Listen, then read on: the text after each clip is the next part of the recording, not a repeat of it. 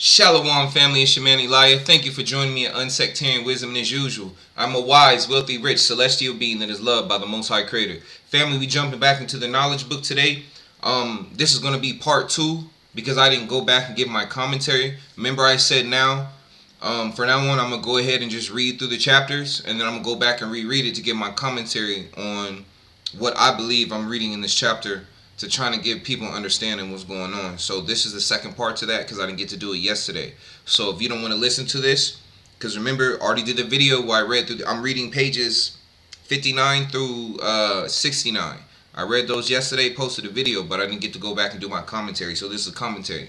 If you don't want to listen to this again, you can just wait to the next video where I'll continue reading. But anyway, let's go ahead and jump in. We are in connection with you metaphysically by a system prepared in concordance with the theory of perception. Now, we will tell you about where we are and how these connections are made. This is a galaxy far outside your solar system. Its distance to the center of your Earth is 240 billion light years. But not everyone can become embodied here, for your spirit energies would be annihilated in our intense medium.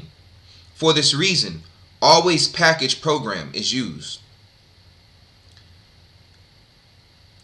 Basically, what I get from this is where we're going to get into is basically, in other words, if you have not grown to a point in your walk in this life, in your growth as a spiritual being, to where you can even somewhat comprehend what is before you or what is to come after, then your spirit, the true you, won't be able to handle the medium of the existence in this galaxy that's 240 billion light years away. Your spirit won't be able to handle it because your spirit was not evolved enough to handle that place. So if you don't go through and do the studying in the spiritual work we're doing now, as some people might call it, they might call it shadow work, looking within, going within. If you don't do the work necessary to grow mentally and spiritually, once you make it to this place, you'll be rejected. Matter of fact, it says your spirit will be destroyed. Well, not really destroyed, because energy isn't destroyed. It's just spread out, sent to other places. Energy can't be destroyed. But your consciousness, it sounds like, will be destroyed. In other words, the memory of you. Not you physically, spiritually, physically, but the you who makes you will be destroyed. In other words, your spirit will go through like amnesia. But an amnesia that'll never come back. Okay. The Savior is here. All the missionaries who are connected to the central system will be taken here. You hear what it said? It said the Savior is there. So that's why we're doing this. So if the Savior is there, this must be a place for some pretty, pretty righteous people. That's the best way I can think of right now. So if the Savior is there, you need to put work in to make yourself ready to be there and accepted. The Savior is here. All the missionaries who are connected to the central system will be taken here. Emissaries of the divine realm assist you on this path. Preserving people will always be taken here. Persevering people will always be taken there. Will always be taken here. In other words, like I was just saying, the Savior is this place. So you need to put the work in and persevere. Continue working down that narrow path. Has anybody read the Apocrypha? And in the Apocrypha, the Messiah is talking to someone, and they give this, and the Messiah gives this explanation or this mental image of the pilgrimage to the gates of heaven. And basically he explains it as this: life is like a bridge, right? And this bridge is over either an abyss or, let's just say, a raging ocean at the bottom. And if you lean to the left, you'll fall in fire. If you lean to the right, you'll fall in too much in the right, you'll fall in the water. But if you keep your eyes forward, your eyes will stay fixed on the gate of heaven. And standing right before the gate of heaven is Yahusha, the Messiah, right? So the bridge is represented, the rocky rope bridge that's swinging from left to right is representation of life. And sometimes it's going to lean to the left and put you closer to fire. Sometimes it's going to, lean too close to the right. throw you off into the water. But as long as you keep your eye focused on the kingdom, as long as you keep your eye focused on Yahushua, on the Messiah, you're going to make it to the end of the bridge. You have to persevere no matter how much it leans to the left, no matter how much it leans to the right, no matter how things look. Keep pushing, keep persevering. That's what that's saying right now. To make it to where we want to go, well, if you want to go here, I want to go here, you have to persevere. No matter how it looks, no matter what you go through. Remember, life is a test. You're going to go through things. That's how you learn. If everything was good and just joyous all the time, you wouldn't learn nothing. Here, the essence structure of the residents of the galaxy is pure essence heart, pure spirit. Tolerance of this kind cannot be found anywhere in the universe. People who get permission for entering here are made to put on special garments. A magnetic gold ring placed on their heads enables connection between their brain waves and us. Matter of fact, family, don't that remind you of, I believe, what is it, Revelations, where it talks about the Messiah? I think it's the standing for the 144,000, and the Messiah will put is going to put crowns upon each of their heads. Matter of fact, hold on, let me see if I can find that scripture. Remember, family, I've read the Bible, been through it multiple times. I get the story, know it. I'm just not like one of those people. I didn't go in there and I didn't remember it like verbatim, so I can go out here and be like, well, Psalms chapter 5 verse 6. No, because like I said, I met lots of people who do that, and yes, they memorize the Bible from cover to cover, like literally word for word, but they have no understanding. You know what I'm saying? They like a walking contradiction. And I know plenty of people met people like that, where they can quote the Bible all day, but when you look at their life, it's like, bro, you was just quoting the Bible to me 5 seconds ago. Now you over here sleeping. Now you over here stealing, sleeping around, hurting people. What the hell? Don't ever quote the Bible to me again, bro. You a disgrace. Anyway, we all know people like that. But hold on.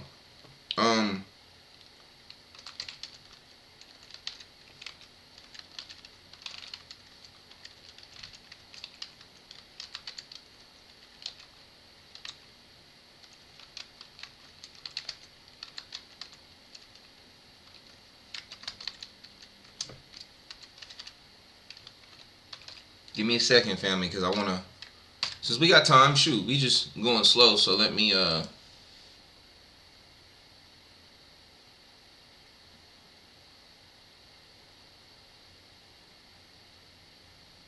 give me a second, family. I'm trying to find,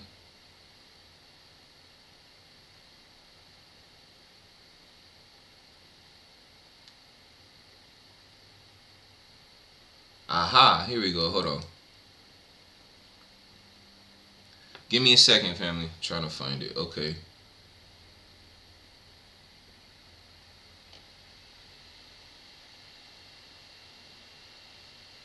Give me a second, family.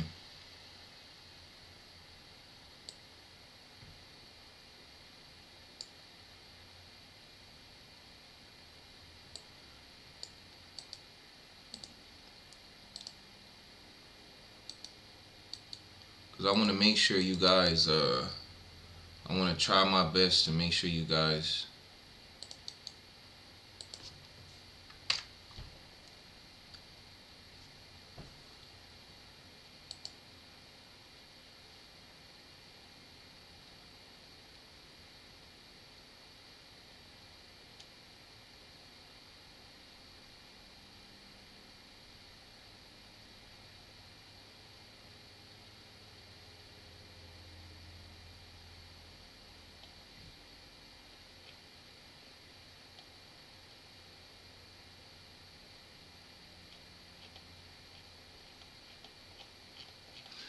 my bad, family. Give me a second, please.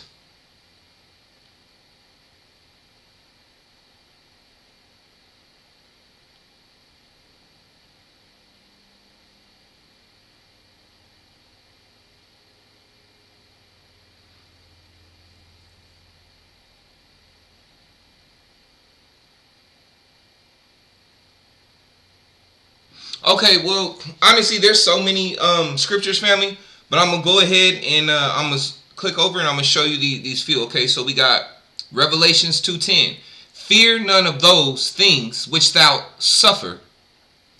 Behold, the devil shall cast some of you into prison, that ye may be tried, and ye shall have tribulation 10 days. Be thou faithful unto death, and I will give thee a crown of life. All right, hold on. Let me go back and read while we doing this. Read this real quick while we doing this so y'all don't forget. Here the essence structure of the residence of the galaxy is pure essence heart, pure spirit. Tolerance of this kind cannot be found anywhere in the universe.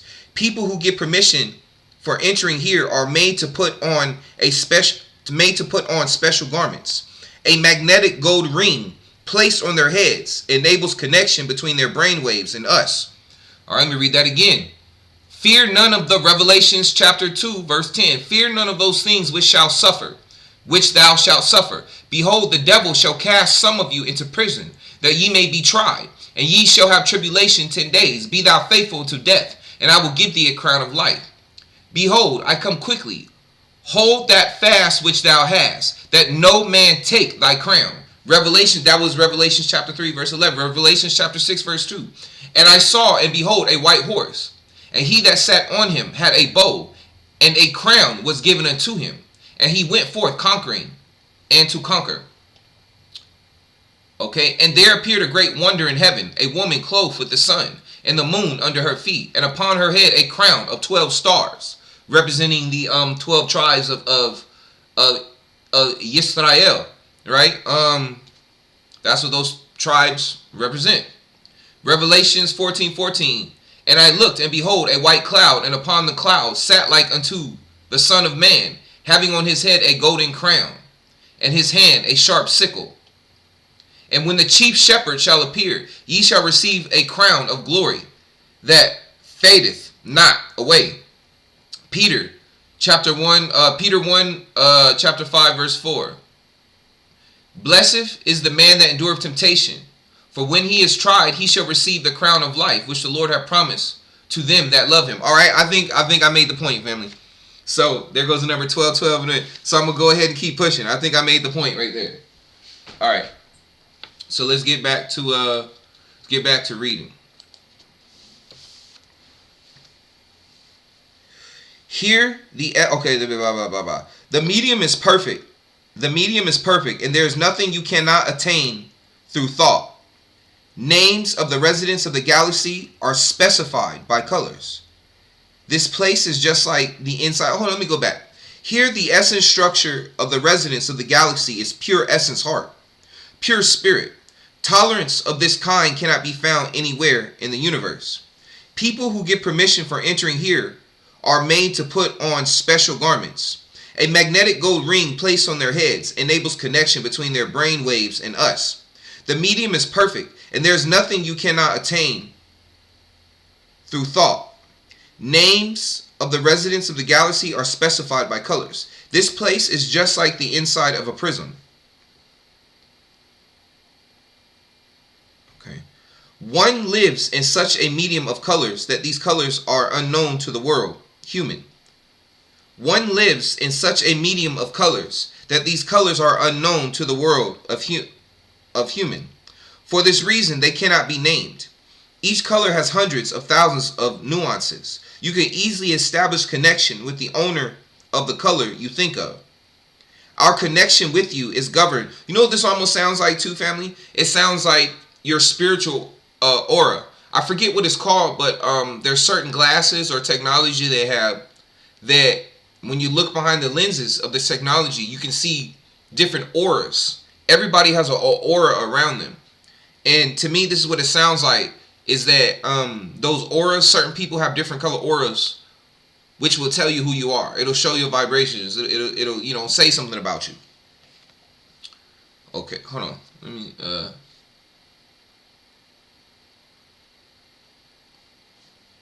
okay. One lives in such a medium of colors that these colors are unknown to the world human. For this reason, they cannot be named. Each color has hundreds of thousands of nuances. You can easily establish connection with the owner of the color you think of. Our connection with you is governed by a very simple method. The goal is to create human from human. There are no privileges in the announcements we make. We always prepare a medium in alignment with your medium through the general frequency adjustment. And when vibrations conform with the frequencies of people who have spirit levels deserving this place, a bulb is turned on in the mechanism here. The number next to the bulb and the brightness of the bulb show the spirit evolvement of that being. Remember what I told you guys in the videos before, family? Remember these numbers? Numbers are the language of the spiritual realm. Numbers are a way that higher beings speak to us. So get into your numerology and remember, when you read these number books, family, when you read and you read these books and they tell you what the numbers mean, you have to understand that these are just suggestions. It's not to say that the people are wrong about what they're saying, but each number could have many different meanings. So you read these books to get an idea of some of the meanings of these numbers. So when you see these numbers and you learn the different meanings of each individual number, then you take those meanings that you read and then you basically combine them with your physical and spiritual intelligence and common sense, and you combine and you fill it out, and basically your spirit, as well as you reading on the page, and then your perception of reality and what's happening in your life, the number will speak to you and it will tell you what it's saying. But you have to be able to bind all these different aspects together in order to understand what the number's saying. It's not just you see the number 2 and then you go open up a numerology book and whatever it says, that's what it means. No. That could be one aspect of what it means, but there could be many other things that there could be many other definitions that 2 has. But the number is also catered to you in that moment. So when you look up the different meanings of the number 2, then that's why I say you come back to you and what you're going through life right now. What's in your head? What's in your spirit? What do you see? And then you can apply what you've read to that 2 to your spirit and in your life, what's going around you right now in your presence, to figure out what the answer is or what that number is trying to say. Or like if you get the number 22 or you get the number 223, you can break down all those numbers or just look up the meaning of number 223 altogether. It's a language, it's sentences, they're talking to you, but you have to learn how to break it down. And it takes time, family. And it's not for everybody because everybody doesn't have that gift. But at the same time, doesn't mean you can't still read about it and get a general understanding, which you should. And when vibrations conform with the frequencies of people who have spirit levels deserving this place, a bulb is turned on in the mechanism here. The number next to the bulb and the brightness of the bulb show the spirit evolvement of that being. When all these are determined, the entire past of the being whose data we have received is investigated. She or he has a file in the archive for every era she or he incarnated in the world. These files are then connected to the code keys of that person. His or her evolution tableau is observed on the screen. Matter of fact, on my page, family, I put a link. I think it's called Brother Einstein. And what he does is, he's one of those people, he puts people in sleep trances to help, and then while they're in a sleep trance, he does certain things to unlock, because every cell in our body, family, if you do the research, and this is proven, every cell in our body is like a USB drive. A single cell in our body apparently holds like billions of terabytes of information, or millions, and you have billions of cells in your body that make you up, and each of these cells holds information from your past in it. So if you used to be a Pleiadian back in your past life, or if you used to be a reptilian in your past life, or any of these other names, right? That information is in your cells. So you have to learn how to unlock that information. And all of the information you're not going to unlock because it's not for you. Because some of the information, if you unlock it in this life, it'll only stunt your growth here and it'll hurt you. Matter of fact, it might bring up old hurt that happened to you in the past. And especially maybe old hurt that happened to you when you was a different species. So if you unlock that hurt here and you have no idea what it is, so you've set yourself up for a world of hurt because you don't know how to get healing from something that didn't occur in this realm of existence. So there's no way to heal, and there's nothing to compare it to. So these are things when you go see psychics and they talk about stuff like this, family, and they talk about needing protection. This is what you need protection from, because there's some memories that you're not supposed to go back to. because it might be so traumatic, it'll just set you back and hurt you. Just like, let's say you were murdered in a past life or something. That's not a memory. It's not for you to go back and remember, because all it's going to do is make you angry and hurt you and hurt your growth. Okay, when all these are determined, the entire past of the being whose data we have received is investigated. She or he has a file in the archive. For every era she or he is incarnated in the world. Remember, like the words, look, family, you can't hide nothing from the Most High. Everything is going to come back. At the end of the day, like, I don't care how long ago something was or how long you think it passed. Remember, you know, a day, 1,000 years here is a day in heaven. So you're not getting away with nothing, family. All this stuff is going to be brought up on screen at the end of the day. These files are then connected to the code keys of that person. His or her evolution tableau is observed on the screen. His or her past personalities, how she or he lived in the mediums and the galaxies she or he lived in. The number of times she or he has incarnated in the world.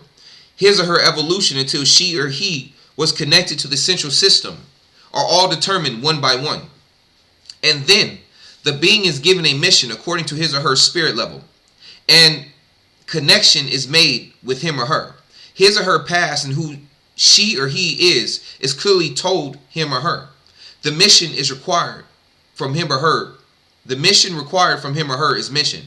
In other words, family, when you get here, it sounds like basically what happens is they go through and remind you of who you were before. And matter of fact, any of you who are in the spiritual world, who are in this lane of life, who study these things, you've listened to other people talk, seminars, things of that nature. You may have heard people talk about that you volunteered to come here.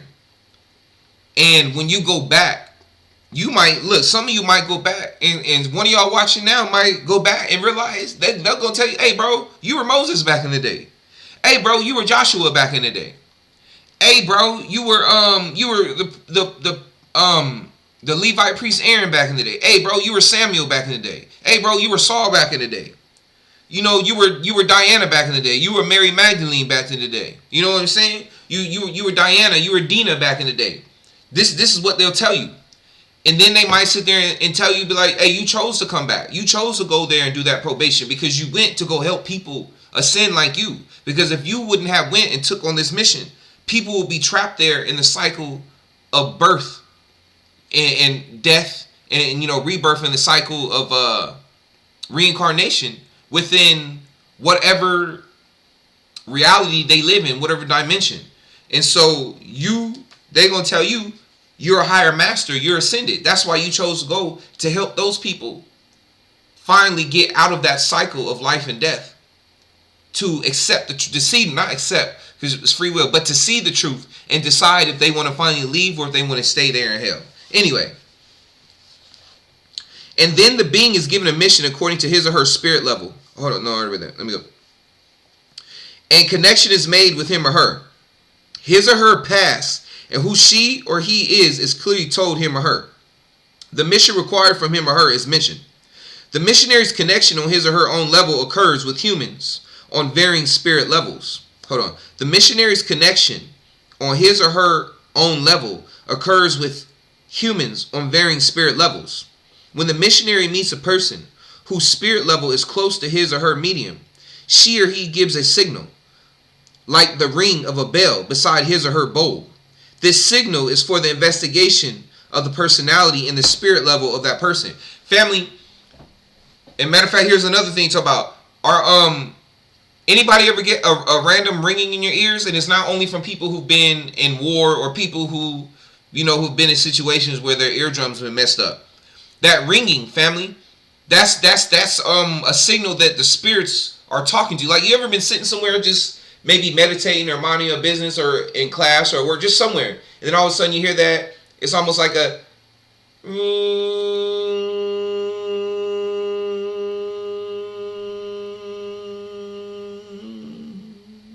and it rings for a second until it dies down and goes away completely.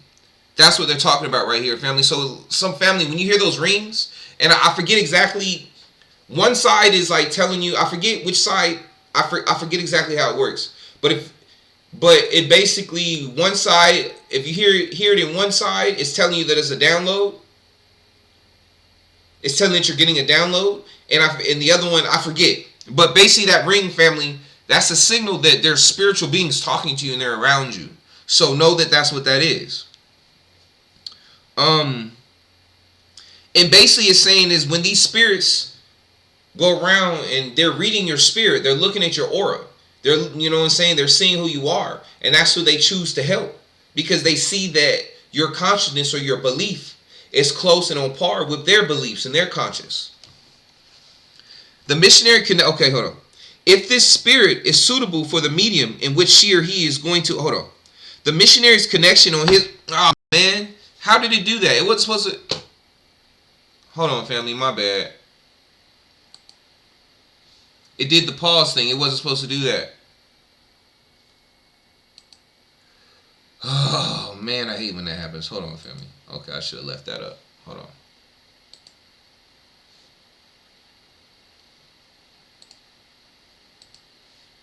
I got this playing in the background, family, because I say when I don't touch the mouse, this screen likes to go black. So, go dark, I mean. Whoa, yeah, it goes black too. But anyway, let's jump back. The missionary's connection on his or her own level occurs when humans on varying spirit levels. The missionary's connection on his or her own level occurs with humans on varying spirit levels. When the missionary meets a person whose spirit level is close to this medium, she or he gives a signal, like the ring of a bell beside his or her bowl. This signal is for the investigation of the personality and the spirit level of that person. If this spirit is suitable for the medium in which she or he is going to be trained, the cult of that person is connected to the missionary.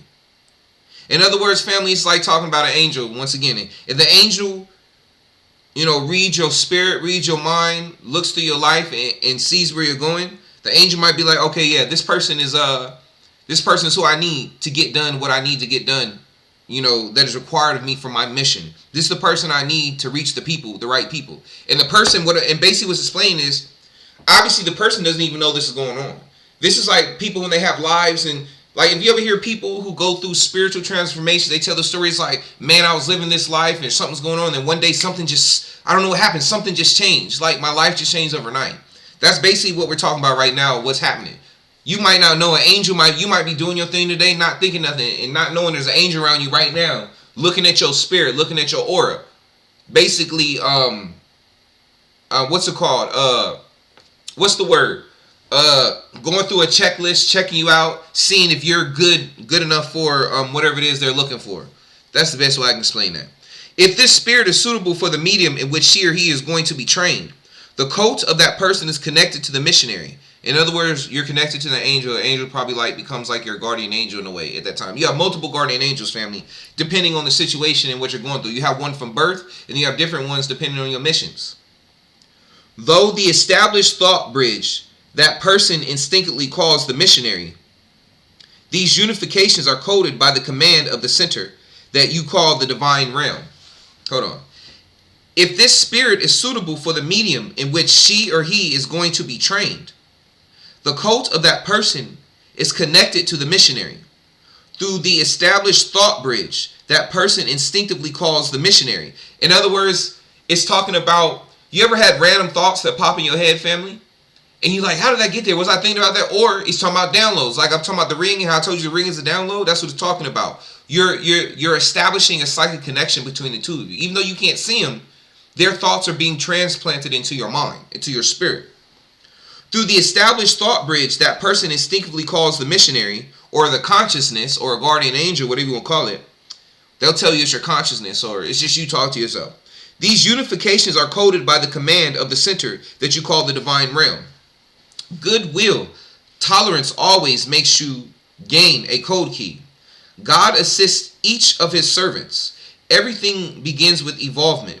One day humankind will establish a more magnificent world. In future, all the cults will be unified. There is no such thing as a coincidence. There are prepared mediums. May the happiness be upon you, our friends. Nothing happens for no reason, family. Just repeating that. Everything that you go through, remember, you're here for probation. Everything you go through, even the bad times, is to teach you something. It's to help you learn. Things that if you didn't learn or go through, you wouldn't ascend. Our friends, not to say it's right or necessarily even wrong. And not to say, you know what I'm saying? This is where the Bible talks about trusting in the Creator with all your heart. Even though you don't understand, know the Creator knows best. You just gotta have faith and trust in the Creator. Notice to our terrestrial brothers and sisters, our friends. From now on, we are talking openly and clearly with friends who will be accepted to the places called the land of angels. Family, on this map back there, there's a land of angels. Did you guys know that? Hold on, let me see if I can find it. Matter of fact, yeah, it's right there. Hold on, let me point to it for you. Family, right here. In Terra Infinita, the land of angels. Right here, lands of angels.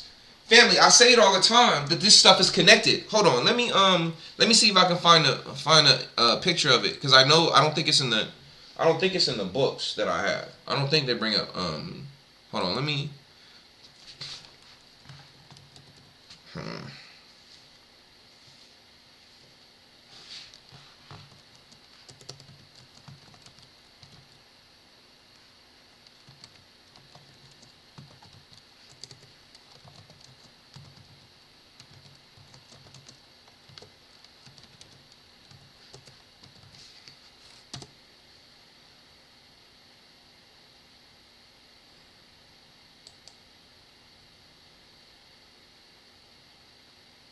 see if I can find it, family. It's on there. I want to find it for you so you guys can see it.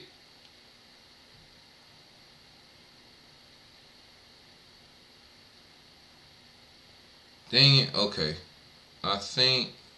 hold on. I think I found one.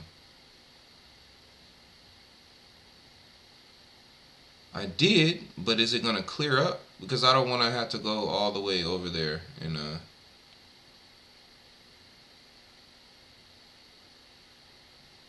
oh, hold on. This one might be better. Ah, it's horrible. These pictures, family, they're not coming out clear. Give me a second. I want to show you guys. That's not what I wanted to see. Oh, this is so annoying. Forgive me, family. This is annoying. This is annoying. When stuff ain't... I'm trying to find something so I can show you guys. Oh, wait, hold on. Is it on the... It's on the front of the cover. My bad. Let's see. Haha, there we go. Well, it's kind of small, but right here... oh. This place where my finger is, family, that's the land of angels. But, dang it. Let me see. Hold on, maybe it's in here. Let me see the book, because this picture is pissing me off, family.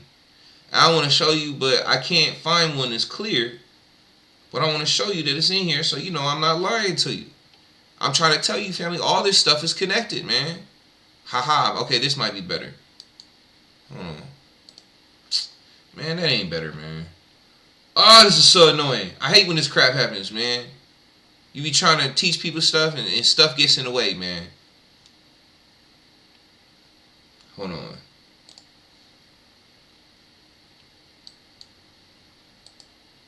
Save image as... let me say that. Give me a second, family. I'm waiting for it to pop up on it. Okay. I probably had that on the... let me see. Okay. Hold on. Man, okay. Let me just switch over for a second, family. Hold on. Yeah, it's still a horrible picture, but... okay, but if you go on the Terra Infinita map, right?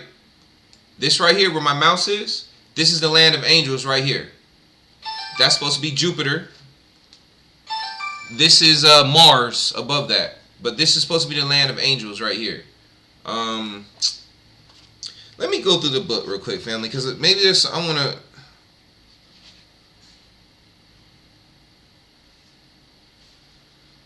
it might be on here. Land, the celestial lands, over worlds. Give me a second, family, because I really want to give you a closer picture. I know this might be annoying. Some of y'all might be like, just go on. Look, you can fast forward the video if you want. But I want to... it's annoying. I hate that. No. Look, if I don't find it now, family, I'm giving up on this part. Just want you to know. Because we want to move. Okay, yeah, let's keep going. I think, look, putting on it, look, it's there. So, go back to my stories. Terra Infinita, family, oh, my bad. Let me switch back. So, yeah, go back to my stories, family.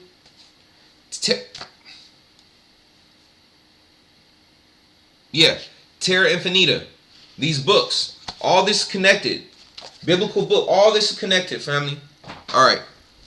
But anyway, like I said, okay, let me just keep going. It's in there. Okay, our friends. From now on, we are talking openly and clearly with friends who will be accepted to the places called the land of angels. Knowledge is connected to your receiving power and your frequency. Hold on, let me go there again. Our friends. Got me all flustered because I couldn't find that. But our friends. From now on, we are talking openly and clearly with friends who will be accepted to the places called the land of angels. Knowledge is connected to your receiving power and your frequency. Also, hold on. Knowledge is connected to your receiving power and your frequency. Also, the light which springs from your essence connects you to your involvement code. Knowledge is connected to your receiving power. In other words, family, read like we're doing right now. Continue to read, study, research, fast, pray, repent, freaking meditate.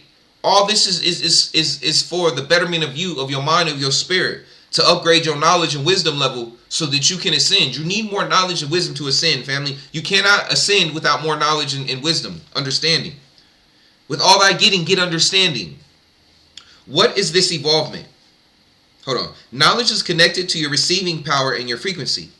Also, the light which springs from your essence connects you to your involvement code. What is this evolvement?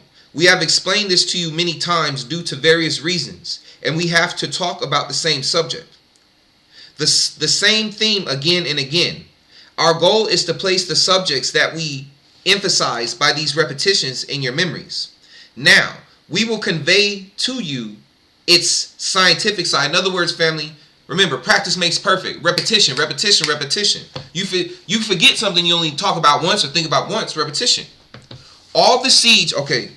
Now, we will convey to you its scientific side. All the seeds which have been sown in your subconscious since your first existence until the moment you are in have prepared you for a certain medium of consciousness. Each seed in the subconscious becomes verdant to give its fruit when it meets the light of knowledge that carries its own vibration. In other words, family, you have knowledge in you that this, okay, I put it like this is something I've learned as I've gone through my process. I've noticed that there are certain things that when I read, I get it like that. Like I remember even before I really got into this walk, I noticed like when I was just being, in the world, doing my thing, doing what I was doing, right? I remember there were times like you wouldn't even think I was a spiritual person. Even though I grew up with a Christian family, it was one of those families. It was just a lot of talking, but not a lot of actually reading the word and not actually living that life. It was just a lot of talking a lot of time. So we didn't really have the understanding we thought. But there are times I remember where I would just end up in situations like I might end up in a Bible study, or I might be with somebody who knows somebody who just happens to pop out a Bible for some reason. And at the time, I used to didn't like that stuff because my mind was somewhere else. I'd be like, man, here go these people with that Bible. Man, I ain't trying to talk about all this stuff right now, bro. I'm trying to get out here and do my thing.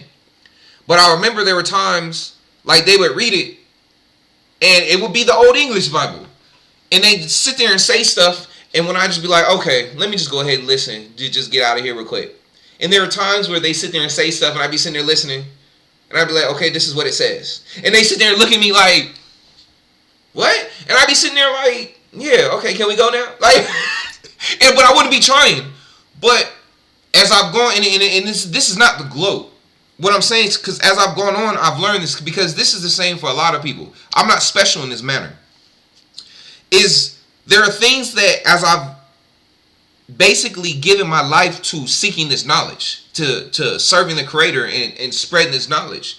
There's things that I have read that now I understand that these things I've read them or experienced them or studied them in past lives. So when it comes to me now, you know, some people might, oh, he catch on quick. He just real intelligent, smart. Like, no, it's because I've already studied this. I just don't remember studying it. If there's things you're good at, it's two reasons. Either it was powers or gifts that you were given specifically for this lifetime that you're in right now to help you, or it's things that you have from a past life. So just want to throw that out there. So each seed, okay, all the seeds which have been sown in your subconscious since your first existence until the moment you are in, have prepared you for a certain medium of consciousness. Each seed in the subconscious becomes verdant to give its fruit when it meets the light of knowledge that carries its own vibration. So in other words, if I read something that I've read before, I get it and understand it, like I said, because I read it in a past life. I read it 50, 100 years ago. So before then, it'll sit in the back of my mind and won't say nothing, won't do nothing. I won't even know it's there because it's not needed, or there's nothing there to bring it forth. It has no water to be poured on that seed to grow. But as I read and I hit the right information, that information acts as water, watering the seed of that knowledge within my subconscious to bring it forth and to give me the understanding. Okay, each seed in the subconscious becomes verdant to give its fruit when it meets the light of knowledge that carries its own vibration. Otherwise, it remains fruitless. Knowledge coming from billions of light years is hidden in your brain layers. That means each of you is a walking library. However, you read only the book you open. This occurs by a procedure your curiosity code performs. First, curiosity propels you into a medium of quest. Yeah, it's working. It's working. Okay. Hello. Okay, I know. I already did a sound check. I just making, look, anyway. Good vibes. Good thoughts. All is well. Good info. First, curiosity. Curiosity propels you into a medium of quest. You search first unawarely, then in awareness until you find the counterpart of the frequency present in you. Hold on. Let me read that again. First, curiosity propels you into a medium of quest. You search first unawarely, then in awareness until you find the counterpart of the frequency present in you. You know that the speed of thought is equal to the speed of light in zero world frequency. You begin to get knowledge from the medium of whichever dimension your thoughts enter. Okay, yeah. Remember, there's multiple dimensions. In other words, whatever dimension you lived in the past, that's where those past memories come from. And that's where those thoughts are coming from. Remember how I explained to you earlier how I was saying, what if you went back into your past lives and you realized that you were a different creature on a different planet and you realized something unjust happened to you there? But here's the thing, you know nothing about these creatures, you know nothing about this planet. But you somehow opened up that memory code, and now all those emotions and everything comes from that planet comes to you, and you're not going to know what it is or what's going on or how to fix it, because you have, at this point in this lifetime, you have no recollection or nothing to compare that lifetime or those species or that or how they lived to what you're doing now. So now once again, you're in a world of hurt. Unless it was meant for you to unlock that, to help you with something in this life, to maybe bring something from that world that will be beneficial in this dimension or this reality. In more advanced dimensions, your speed of thought passes the speed of light, and we are obliged to notify you that none of these procedures are easy at all. Every advanced knowledge received passes through a highly charged electromagnetic field. These rays open up like a fan. The more the distance between the fan's energy at one end and the other end is, the lighter will be the knowledge you receive. Okay, so in other words, the closer, hold on, let me read it. Every advanced knowledge received passes through a highly charged electromagnetic field. These rays open up like a fan. The more the distance between the fan's energy at one end and the other end is, the lighter will be the knowledge you receive. So in other words, it sounds like the knowledge or the energy that is beamed at you specifically, it's first shot out like a straight beam. And then it hits this field and then it expands, becoming like, imagine an umbrella, right? The pole that holds the umbrella, and then at top it spreads out. So basically, when it hits this screen, it still comes towards you, but instead of coming to you as a straight beam of knowledge and wisdom and energy, now it's spread out. And instead of you getting everything directly to you, instead of getting the direct download, you get like scattered pieces. Instead of it starting at step 1, when you like, if you reach the download directly, it might be downloading to you. Okay, so step 1 all the way through step 10. But because it's spread out, you might get step 10 first, and then step 3, and then step 7, and then you get step 1 finally, and then you go to step 5, and then you go back to step 2. You know what I'm saying? And this might be a process of 10 years. So it just depends on the person and your walk, and especially how relentless you are in your walk in seeking this wisdom and knowledge. That also helps as well. As I said earlier, those who don't give up and those who persevere. Okay, so every advanced knowledge received passes through a highly charged electromagnetic field. These rays open up like a fan. The more the distance between the fan's energy at one end and the other end is, the lighter will be the knowledge you receive. And since you will be in a weak magnetic field, you will not be shaken much. It will prepare you for the medium of imagination and thought. And remember, what does it say again in the Bible, family? In order to get into the kingdom of heaven, you must become what? A child again. And that's what this said right here. And since you will be in a weak magnetic field, you will not be shaken much. It will prepare you for the medium of imagination and thought. Children are very big on their imagination and thought. Not so much humans. As adults, we become jaded. Oh, this is life. Just work, retire, and die. You know. In fact, okay. And since you will be in a weak magnetic field, you will not be shaken much. It will prepare you for the medium of imagination and thought. In fact, the source is the same. It is very powerful. Everyone tries to reach it. Hold on. And since you will be in a weak magnetic field, you will not be shaken much. It will prepare you for the medium of imagination and thought. In fact, the source is the same. It is very powerful.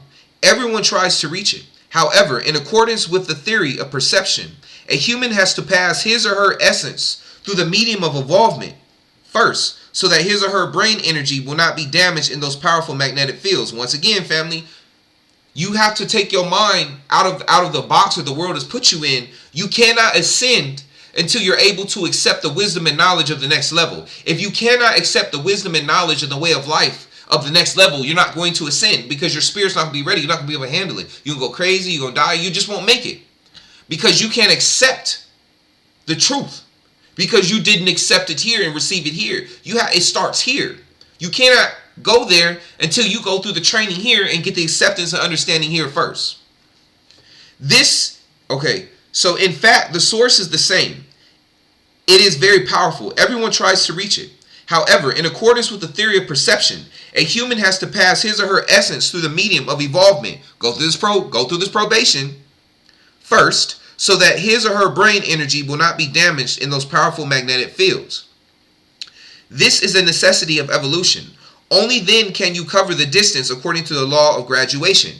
The law of what? Graduation. How do you graduate in school today?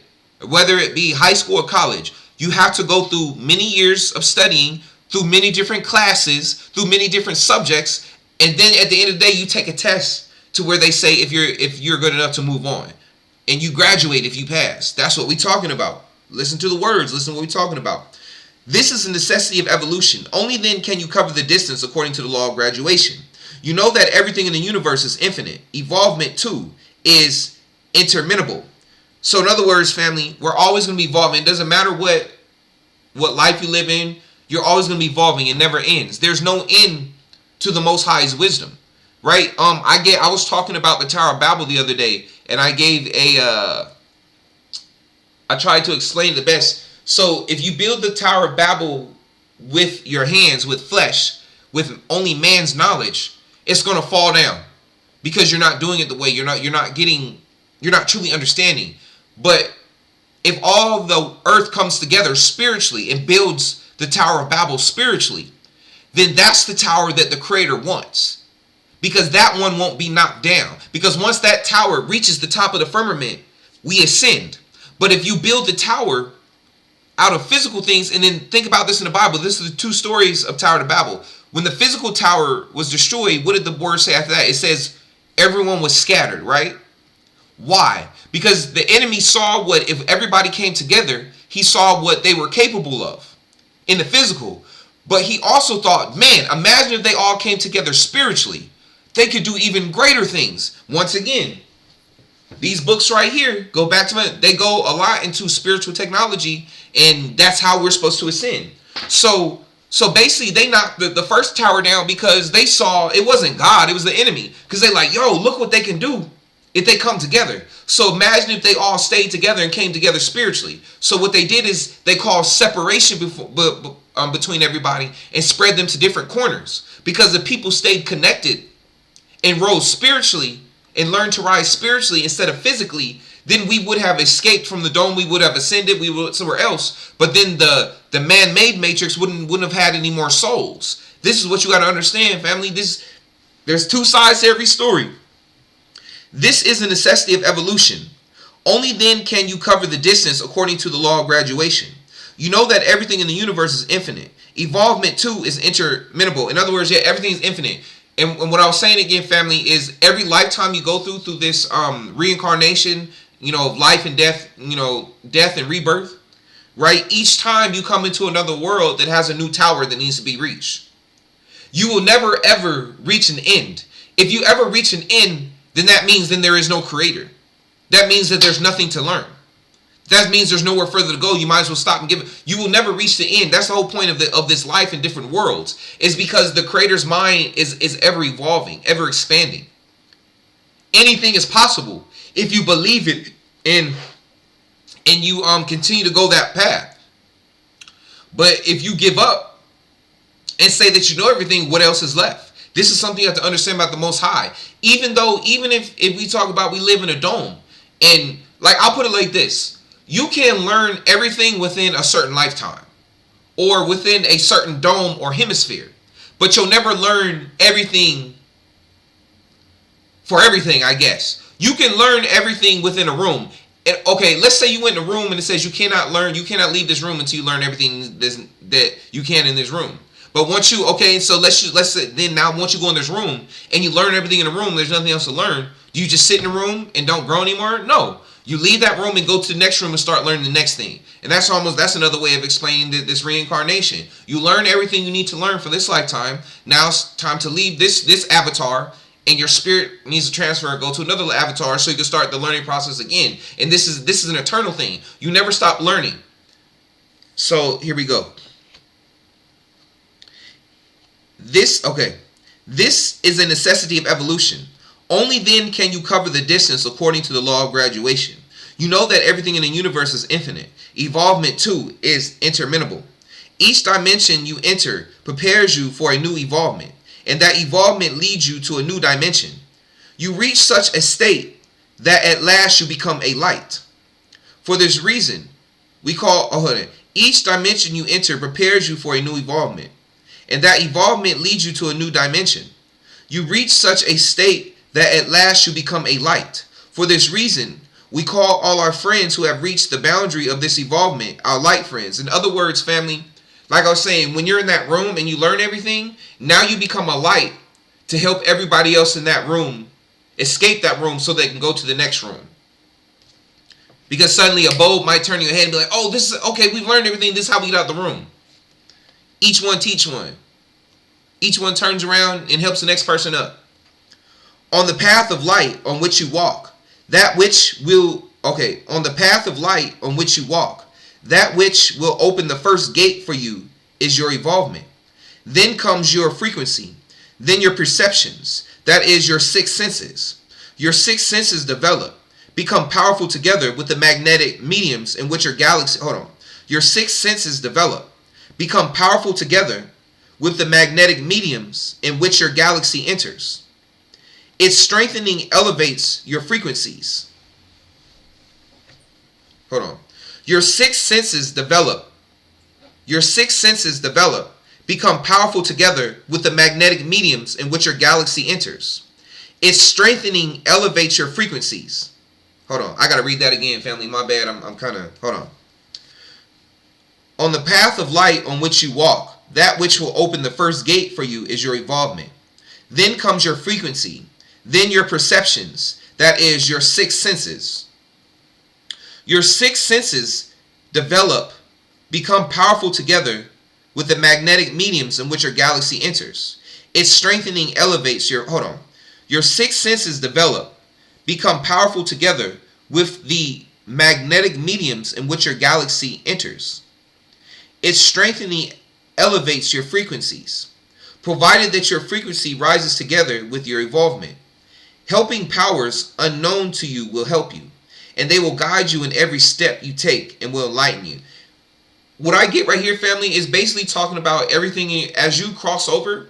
It's talking about everything in you coming into alignment with each other. So I'll put it like this. So let's say you come to an understanding of enlightenment in your mind and your spirit, right? About how certain things are supposed to be.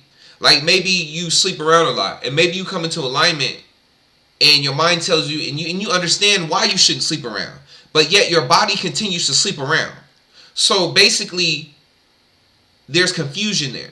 Your mind and your spirit are saying one thing, but your flesh, your body, is doing something other. So you need everything to come into alignment. Or like in religion or church people, like they say, you need to bring the spirit man in harmony with the physical man, with the fleshly man.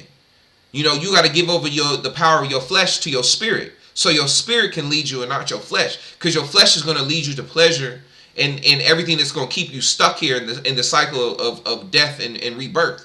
But you want to give yourself up freely to your spirit man, so your spirit man can lead you unto ascension. Provided that your frequencies rises together with your involvement, helping powers unknown to you will help you.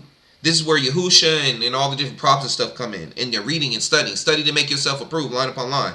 And they will guide you in every step you take and will enlighten you. The equivalency of your involvement with your frequency will open up the gates of many universal dimensions. The equivalency of your involvement with your frequency will open up the gates of many universal dimensions for you. If your involvement remains behind your frequency, then you are nothing but a receiving and a transmitting instrument. Family, once again, what we're talking about right here, the equivalency of your involvement with your frequency will open up the gates of many universal dimensions for you. Family, for my followers who are into anime, y'all familiar with all these different shows where people will die on Earth and then being reincarnated in a different realm? This is what it's talking about right now.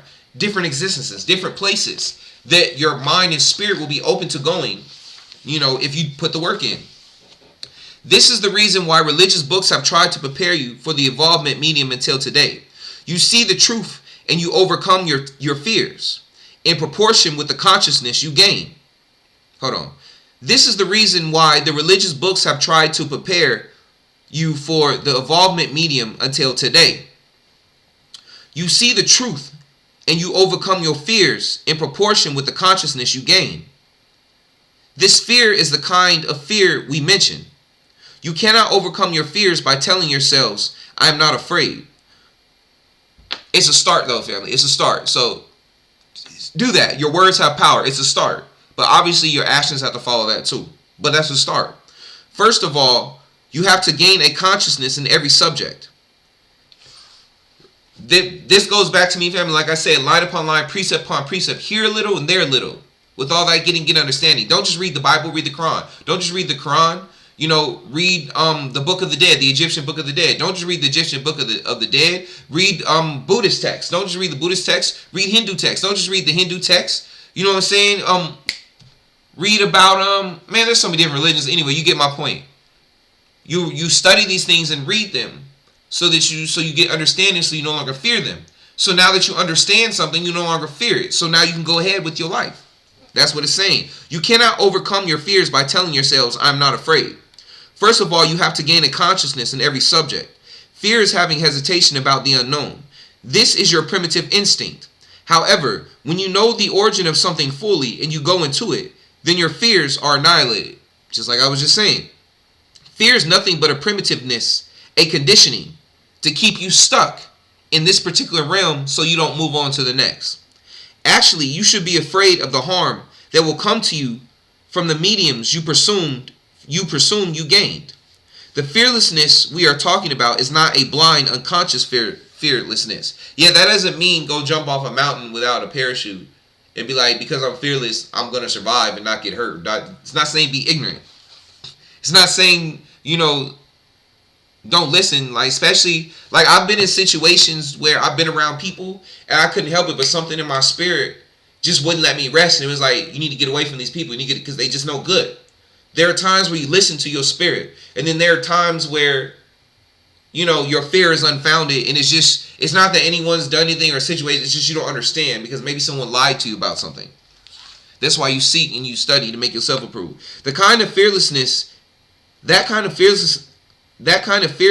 is even worse than primitiveness, for they remain where they are. No constructive moral vibration can reach them. Oh, also another downside to to fear, family, is why you have to get over fear, because getting over fear has to do with us reuniting with our past selves as well as future selves, as well as being emissaries to the other species that the Creator created.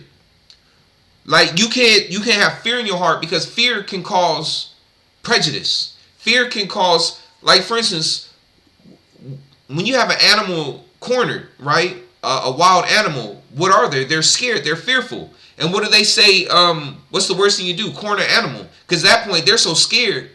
The only thing they can think to do is to hurt the thing they think is going to hurt them. And they're going to come at you with just a fierceness to try and take you out, because they're afraid that you're going to take them out. And that's not a bad thing if someone is truly trying to hurt you.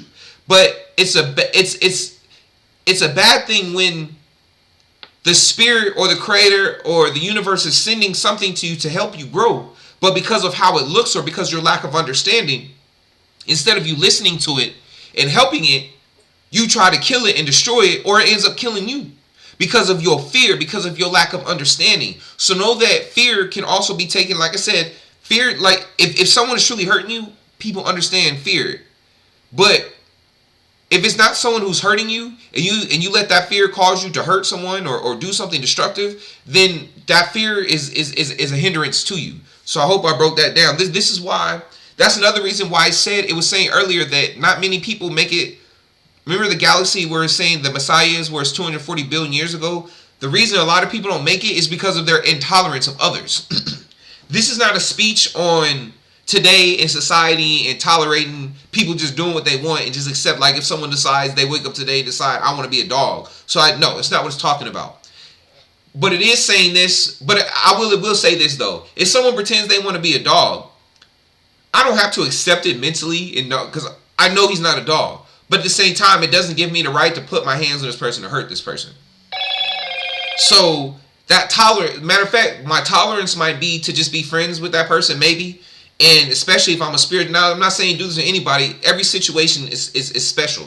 And to it. So this isn't for every situation. This is why you fast, meditate, to understand what situations are for you and which aren't. But what the Creator could create in that situation is put the right person in that the person who thinks that they're a freaking dog, the Creator might put the right person in their life who is able to accept this person and not get mad and judge them and want to hurt them like other people, because people don't understand whatever this person's been through. But the Creator put the right person in that life to be patient. And next 10 years later, the person who thinks they're a dog starts to think, oh my God, am I really not a dog? And then they sit there and realize the one person who's been in their life this entire time who didn't disrespect them or run away from like everybody else. And now they come to this person and be like, why did you stay in my life all this time? And the person says, because I know who I am. I know who the Creator is. And I'm supposed to be kind. I'm supposed to be accepting. I'm supposed to be gentle. I mean, you weren't going around hurting nobody. You weren't hitting nobody. You weren't stealing. You were just, look, you were going through something, and it wasn't for me to judge you and say you're a horrible person and to say you're not worth rescuing or giving the truth to.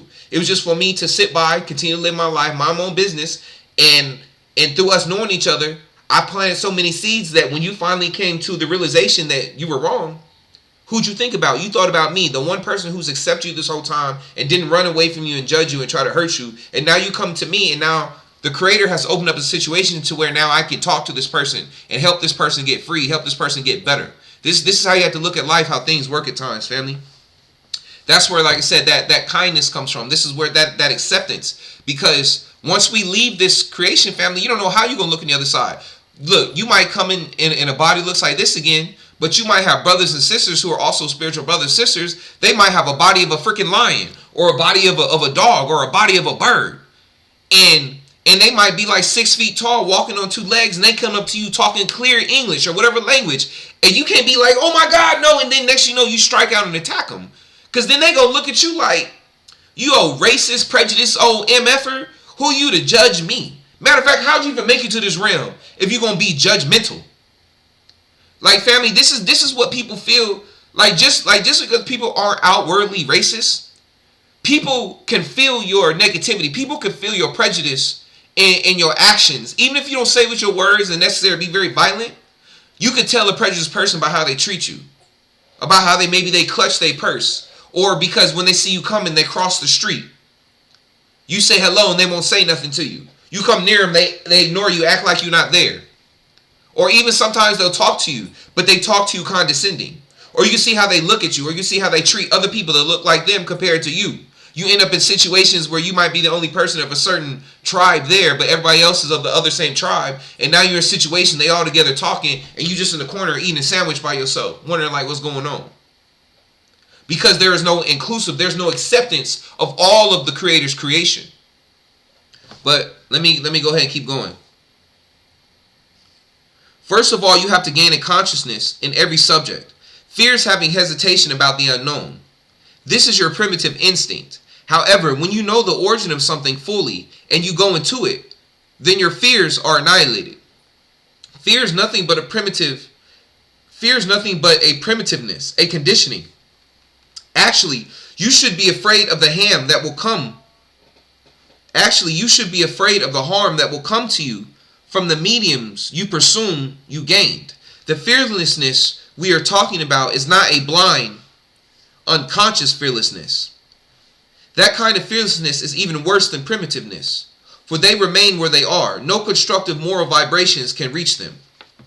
The gate of penitence is the first key which opens the gate of moral vibrations to you. In other words, family, repenting.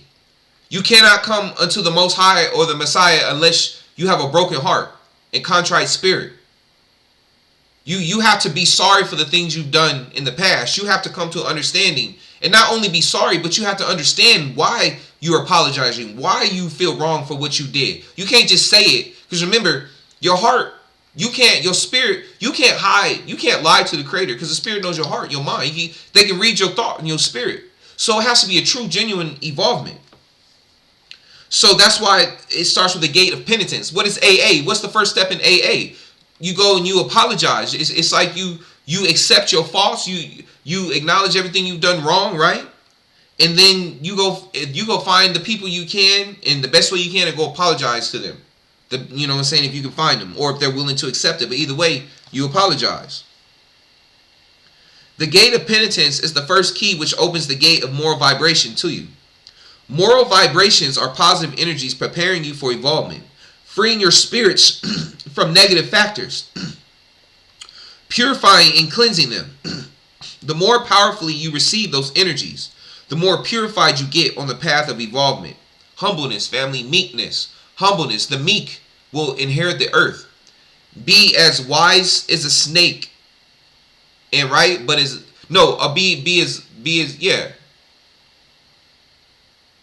be as wise as a snake, but be as harmless as a dove, right? Or be as cunning as a snake and as harmless as a dove. You get what I'm saying? There's no formalism in purification. There's the essence, and that is what we consider important. In other words, no formalism. In other words, can't nobody tell you this is how you have to get clean. This is how you have to become a good person.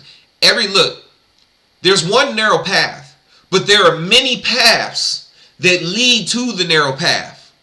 There's only one narrow path, but many paths lead to the narrow path. All roads eventually lead to the narrow path if you persevere and keep pushing, if you actually have a desire to change. But until you have that desire to change, your path is never going to turn into the narrow path. No matter where you are in life, family, if you make the choice to change your life and seek knowledge and wisdom, seek the Creator, eventually, no matter how bad you are or where your path, you can make the choice to turn.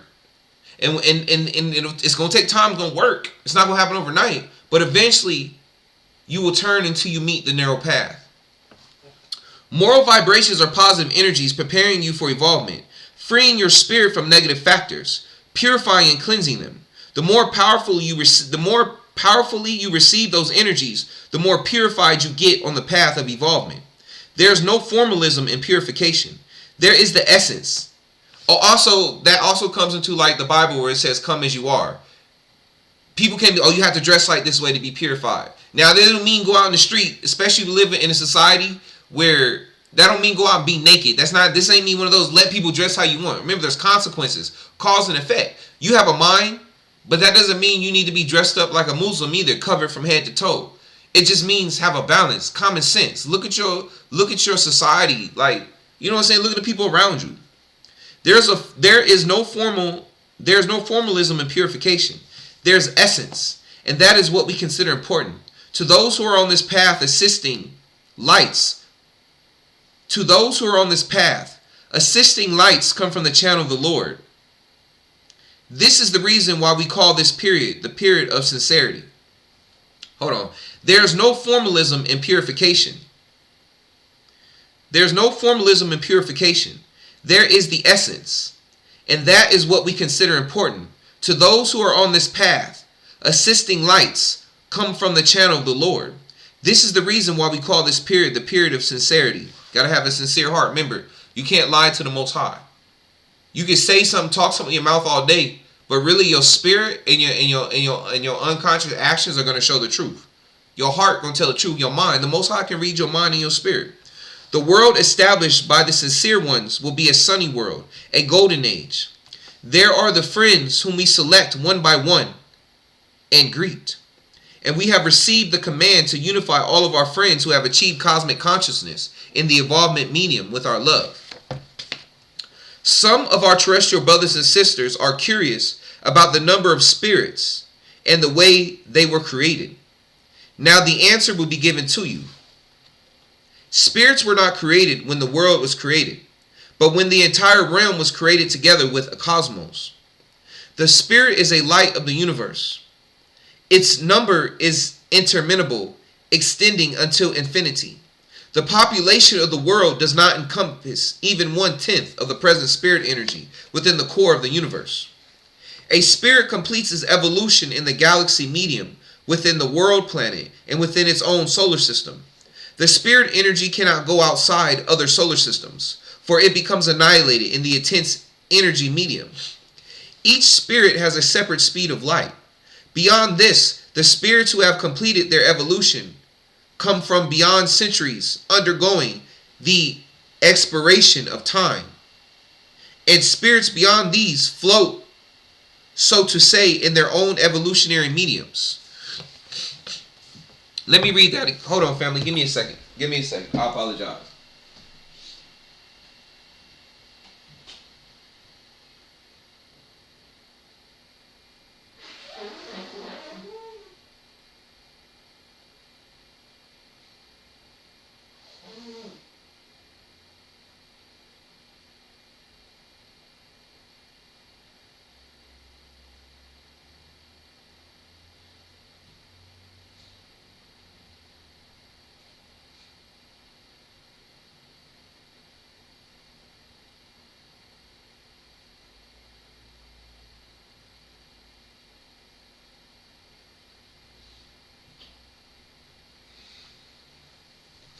All right, family, my bad. Excuse me. All right, here we go. So, wait, where were we at?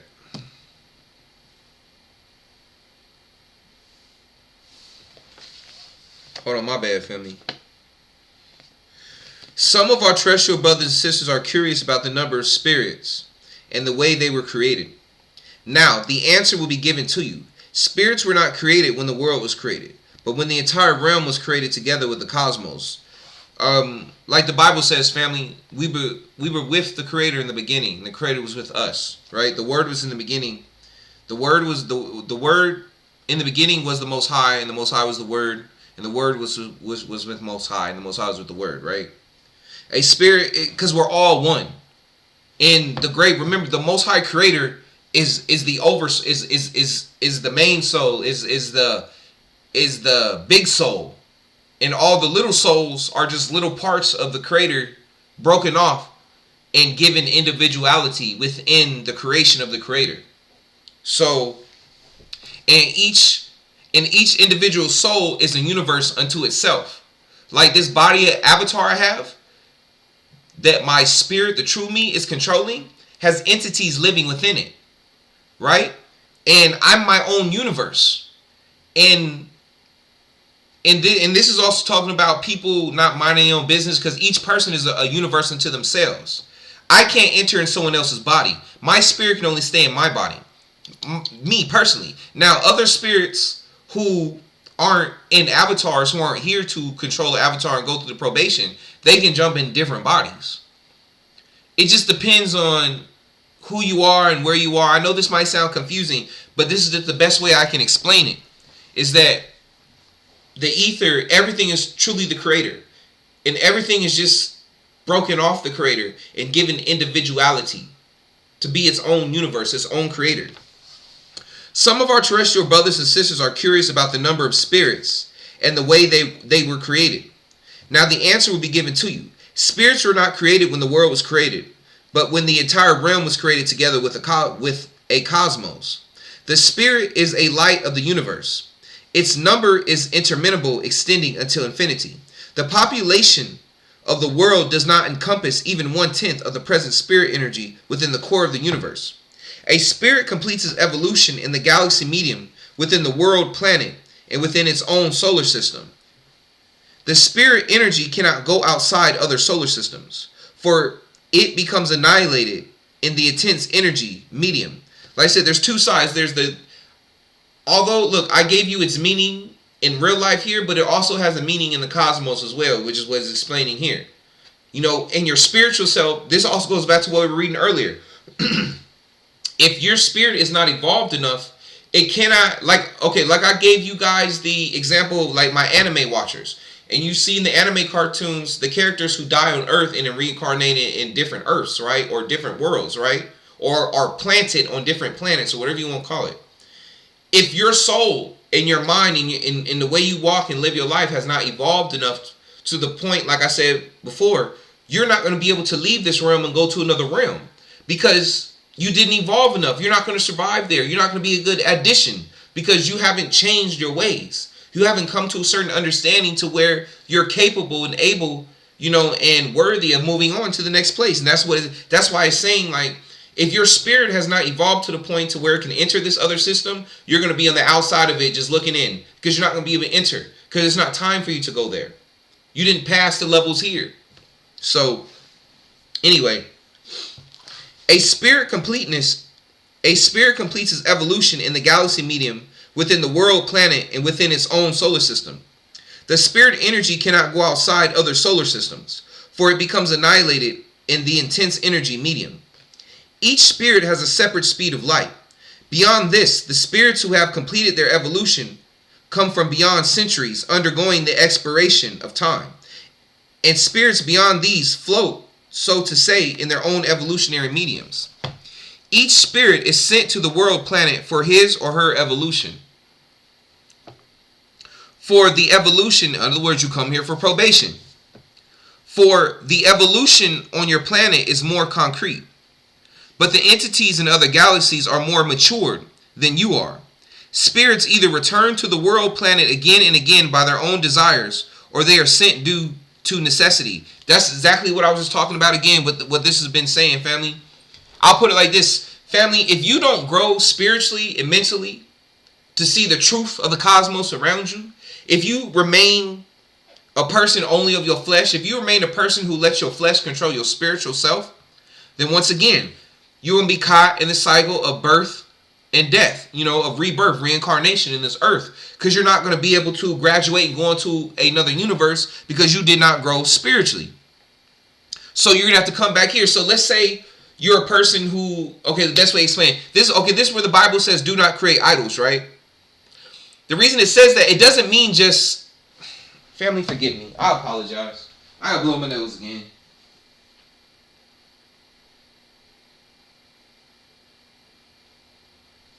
Okay. Alright, family. So, like I was saying, let's say, like the Bible says, it says, thou shalt not commit idolatry. So, you can make an idol into, an idol doesn't necessarily have to be a piece of rock or metal or gold in the shape of some animal or a being, or you worshiping some unknown spirit, family, or entity or whatever. Idol worship can also be you talking about, man, I love money, I'm all about that money. You know, money over bees, you know, money over this, just money all day, or money over men, over, you know what I'm saying? Money. If you let money, an inanimate object, a piece of paper that doesn't have life, if you threw it on the ground, it's gonna sit there. It doesn't care about you. Money can't hug you. If you let money become your idol, you dreaming about it, you pray for it. You always, you know what I'm saying? Is everything you want, right? If that's it, if you let it become your idol, and you let it stunt your growth, right?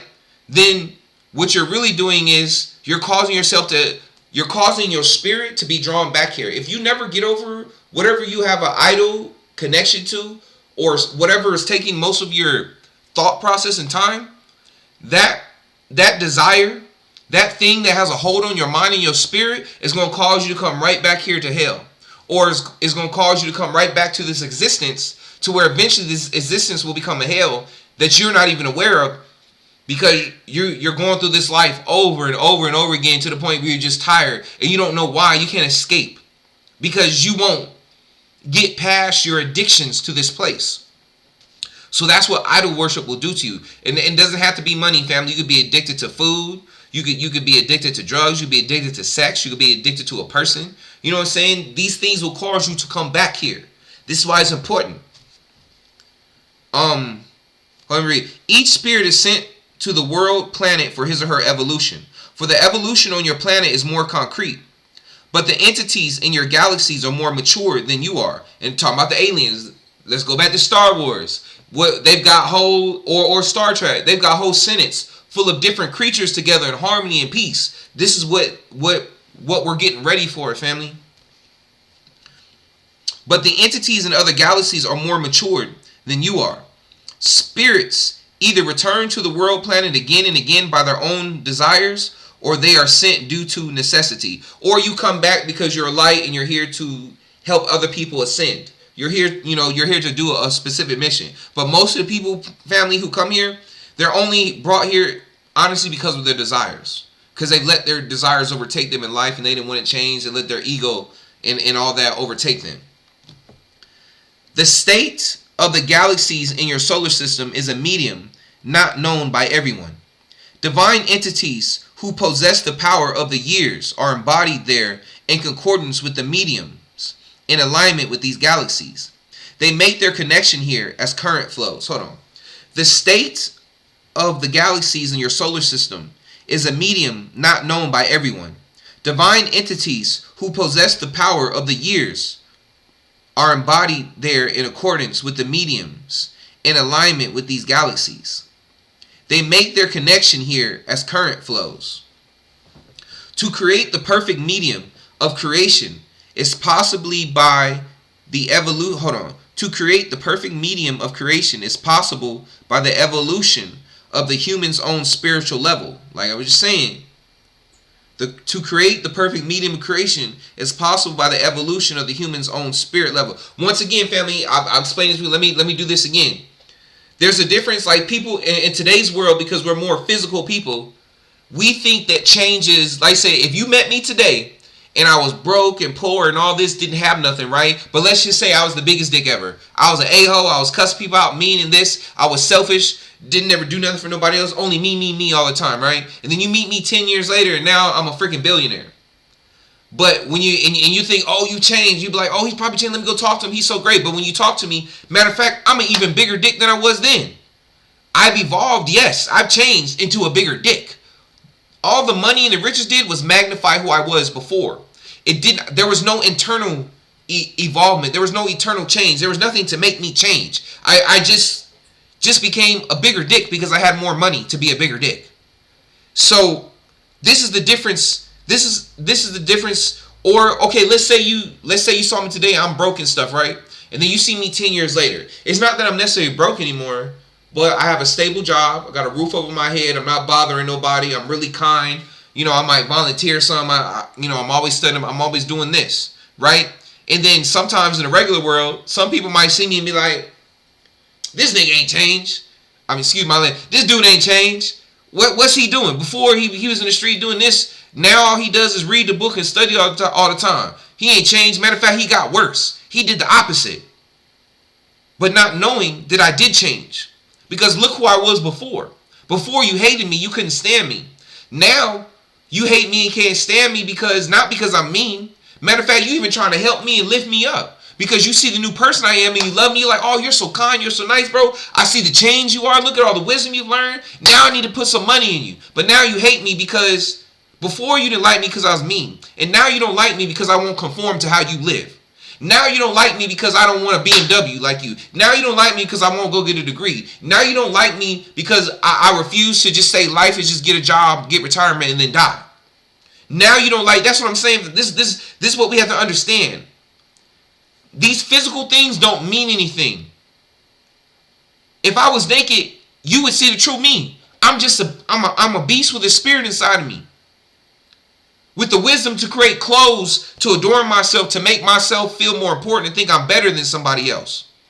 When in reality, the truth is if we was all naked and you took away the bank accounts, we'd all see the truth of who we truly are. To create the perfect medium of creation is possible by the evolution of the human's own spiritual level. Finding that medium depends on that person's involvement. What each person is comprehended by his or her codes here.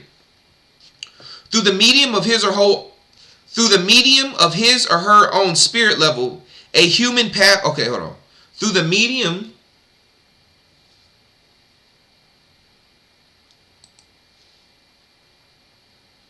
Give me a second, family. My bad. I want to make sure. Hold on. Okay. Through the medium of his or her own spirit level, a human passes to the medium where the power of the universe will be assessed. Through the medium of his or her own spirit level, a human passes to the medium where the power of the universe will be assessed. As we said before, evolvement is interminable. There are always evolvements beyond evolvements. It keeps going. Evolvement is eternal, family. Every spirit energy that leaves his or her world body finds his or her place by the assistance of the powers belonging to the medium to which she or he will go. Medium suitable for his or her evolution is created for every spirit, and it is prepared for more advanced evolutions through the general messages given as if she or he were in the world. Let me explain this too. So every spirit energy that lives his or her world body finds his or her place by the assistance of the powers belonging to the medium to which she or he will go. Okay, so how does the medium decide it? It goes by your spirit, family. If you're an evil person in this world, then your medium might be led back here, or you might be led to an even lower world, and you might get there, and it's like you see like on the cartoons or like on the movies, or like look at Lord of the Rings, right? Mordor, right? Let's say, like I said, and let's say your medium does evolve, but you still remain an evil, selfish person. So instead of you coming back here, let's say you become so evil that the spirit's like, look, honestly, this person's so evil, they can't go back to this world. Because they go back here, they're going to do more damage. So we got to send them to a lower vibration plane of existence. And then you go to a world that literally looks like freaking Mordor. Because that's who you were before you left here. And it's not hell. It's just you getting exactly who you are. Like they say, you are what you eat. You are who you hang around with, right? Let's not get too deep on that either. But I'm just trying to give an example. Every spirit energy that leaves his or her world body finds his or her place by the assistance of the powers belonging to the medium to which she or he will go. Medium suitable for his or her evolution is created for every spirit, and it is prepared for more advanced evolutions through the general messages given as if she or he were in the world. Hold on, let me read that again. Medium suitable for his or her evolution is created for every spirit, and it is prepared for more advanced evolutions through the general messages given as if she or he were in the world. The being who is ready is sent to the world as missionary for the evolvement of humanity. Spirits beyond these purify themselves on the world level in their own mediums by their own powers. Enlightened spirits always help those who are in this medium. Hold on. The being who is ready is sent to the world as missionary for the evolvement of humanity. Yahusha, Muhammad, Buddha, Muhammad Mustafa. Spirits beyond these purify themselves on the world level in their own mediums by their own powers. Enlightened spirits always help those who are in this medium. Cooperation is collaboration, and embodiment occurs through the procedure in the sacred places. Our human brothers and sisters are not yet aware of the sacred light at the sacred places. Our human brothers and sisters are not yet aware of the sacred light. Our human brothers and sisters are not yet aware of the sacred light at the sacred places. The spirit level of humans progresses. The spirit level of humans progresses by the residue of their spiritual depressions. A human whose head has not bled does not know how to bandage his or her wound. Spiritual views open up in the view medium of the essence. In other words, probation, family, you come here to learn. That's what it's saying. You grow spiritually and mentally and physically through learning, through new experiences. Otherwise, you wouldn't know how to act unless you've been through it. How do you know something unless you've been through it? Let me read that again. Our human brothers and sisters are not yet aware of the sacred light at the sacred places. The spirit level of humans progresses by the residue of their spiritual depressions. A human whose head has not bled does not know how to bandage his or her wound. Spiritual views open up in the view medium of the essence. Or another way is, if you've never been in a situation to where you needed help, you don't know what it's like to need or ask for help. If you've never been in a situation where you had no way to answer what was going on, you had nowhere to turn, and the only thing you could think of to do was to get on your knees and pray, you would have never known how to do that or be in that situation unless your life was put in a situation to where it was so tough and it seemed like every day door was closed and there was nowhere to go until you decided to get on your knees and pray and to give the invisible God a chance to show itself to you. So that's another way to explain that. The spirit is a light. The spirit is a light of the universe, an energy of the universe. A light, wisdom unto the universe. It doesn't always have to be sun. I mean, it also means sun too, and physical light, but it also means light as in wisdom and knowledge. Otherwise, being ignorance is another form of being in darkness. But when you get wisdom and knowledge, you've been enlightened. That's you coming into the light of the truth. The truth has come to the light out of the darkness. It has the spirit is a light of the universe, an energy of the universe. It has an intensity peculiar to itself. But this intensity cannot be measured in accordance with unit measurements. It is about 15 milligrams. Its core is plasma. The liquid within it creates a viscous medium. The composition of the liquid in the spirit core is the same as the liquid in the uterus. Life is created in uterus. Once again, family, we talk all day. What's the difference between a man and a woman? Look, men should not go around, I'm going to say this right now. Men should not go around sleeping around as well as women. Now, I can understand a man being able to have multiple wives if he could take care of them, and then there's balance. A man shouldn't have 120, 30 wives. I'm sorry. I think Islam has a great way of handling it. In Islam, you're only supposed to have up to 4 wives. I think that's perfect. You know what I'm saying? And it's not for everybody, because there's even parts in the Bible where it talks about men turning down having a second wife because they're like, man, one wife is good enough. It's not for every man to be polygamous. It's not for every woman to be with a polygamous man. Some people are okay and only want to be in a monogamous relationship. Some people are okay with being one of 4 wives. Some people are okay with having 4 wives and being able to provide for 4 wives. It just depends on the person. It depends on the situation. Nonetheless, mind your own business, family. Hold on. Okay, it's core plasma. Basically what I want to say again is, once again, family, remember, your body, your avatar, is a physical temple for your spirit. A man, when he has sex with someone, is entering a temple. And although he takes spirits from her temple as well, because remember, it's a spiritual thing, but then also on a physical level, remember, a man in front of his penis, the urethral hole, as it's going inside of the woman's womb, remember, the fluids of her womb are going inside of his urethral hole. How do you think you get STDs and stuff? Like, come on, family. Think about this stuff that's going on. So, but the difference is, a man is literally going inside of someone's temple. No one is coming inside of his temple. And I mean this figuratively and literally.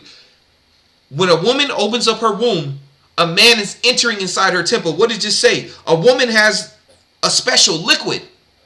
And you just letting any old Tom, Dick, and Harry come inside of there. And then especially ones who don't even wear a condom. And you letting them put that secret sauce inside of your womb with those holy, sacred, powerful liquids that create life.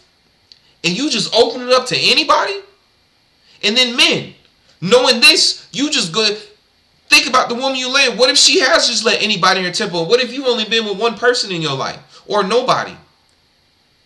Now you want to go inside a dirty house? Have you ever been in a house that's so dirty that you feel like walking out, you dirty, you got to wipe, because you be like, oh, I hope I didn't take no fleas or nothing out of there. So that's what you want to do. And this ain't me. Look, I'm putting down men and women. Both of us wrong. Both sexes wrong for how we carry ourselves in this way, because we don't want to come to the understanding that our body is a temple. The spirit is the light of the universe, an energy of the universe. It has an intensity peculiar to itself. But this intensity cannot be measured in accordance with unit measurement. It is about 15 milligrams. Its core is plasma. The liquid within it creates a viscous medium. The composition of the liquid in the spirit core is the same as the liquid in the uterus. The universal energy of the spirit provides the connection of the gene essence with the cells and assists their development. Spiritual energy, the universal energy of the spirit provides the connection of the gene essence with the cells and assist their development. Spiritual energy is imperative for the growth of the baby in the uterus. And while the baby is born into the world, the spirit claims that baby as a whole. I don't know if you've ever heard of this, families. You know that women are at risk for miscarriage, right? And during this time, what the doctor always say, and this is why sometimes people, they wait until they tell people they're pregnant. This is why the doctors say this is a time for you to be as less stressed as possible. Stay away from anything harmful. Eat healthy. Have good thoughts. Because all these go into the creation of this baby. And if you're negative at first, when you have a baby and letting all this negativity around you and this, it could cause your baby to basically pass away. Because you're telling your vibrations, your spirit is telling that baby, I really don't want you here. And you're really just going to cause me issues. And I know people may say that because, look at life and the things that people go through in the certain impoverished situations. It also, once again, it can also depend on the mother. Why does the mother want the baby? She might not want the baby to love it. She might want it because she knows she's about to get a check. She might want it because she knows it's going to help her get something else. So then, yes, the baby's going to come because the baby's wanted. But there's a difference in the baby being wanted and coming for a reason outside of herself than just the baby I hate the thought of a baby being me. Dang, I don't want to be a daddy. Dang, I want to be mama. Man, I hope this baby die. God, please don't let this baby come through. I don't want it. This and that. Praying all this stuff, right? Not knowing that these things are hurting your fetus. And this is why another thing too, why when you're sick, family, it's another thing. Whenever you're sick or a woman who's pregnant or a man who got a woman pregnant, y'all want it. Don't be in a rush to tell anybody. Only tell people that are closest to you and tell them. Matter of fact, this should be a rule of thumb. Family, from now on, if you're sick or if you get pregnant, only tell the 3 closest people to you. If you're a woman and you get pregnant, obviously only tell the baby's father.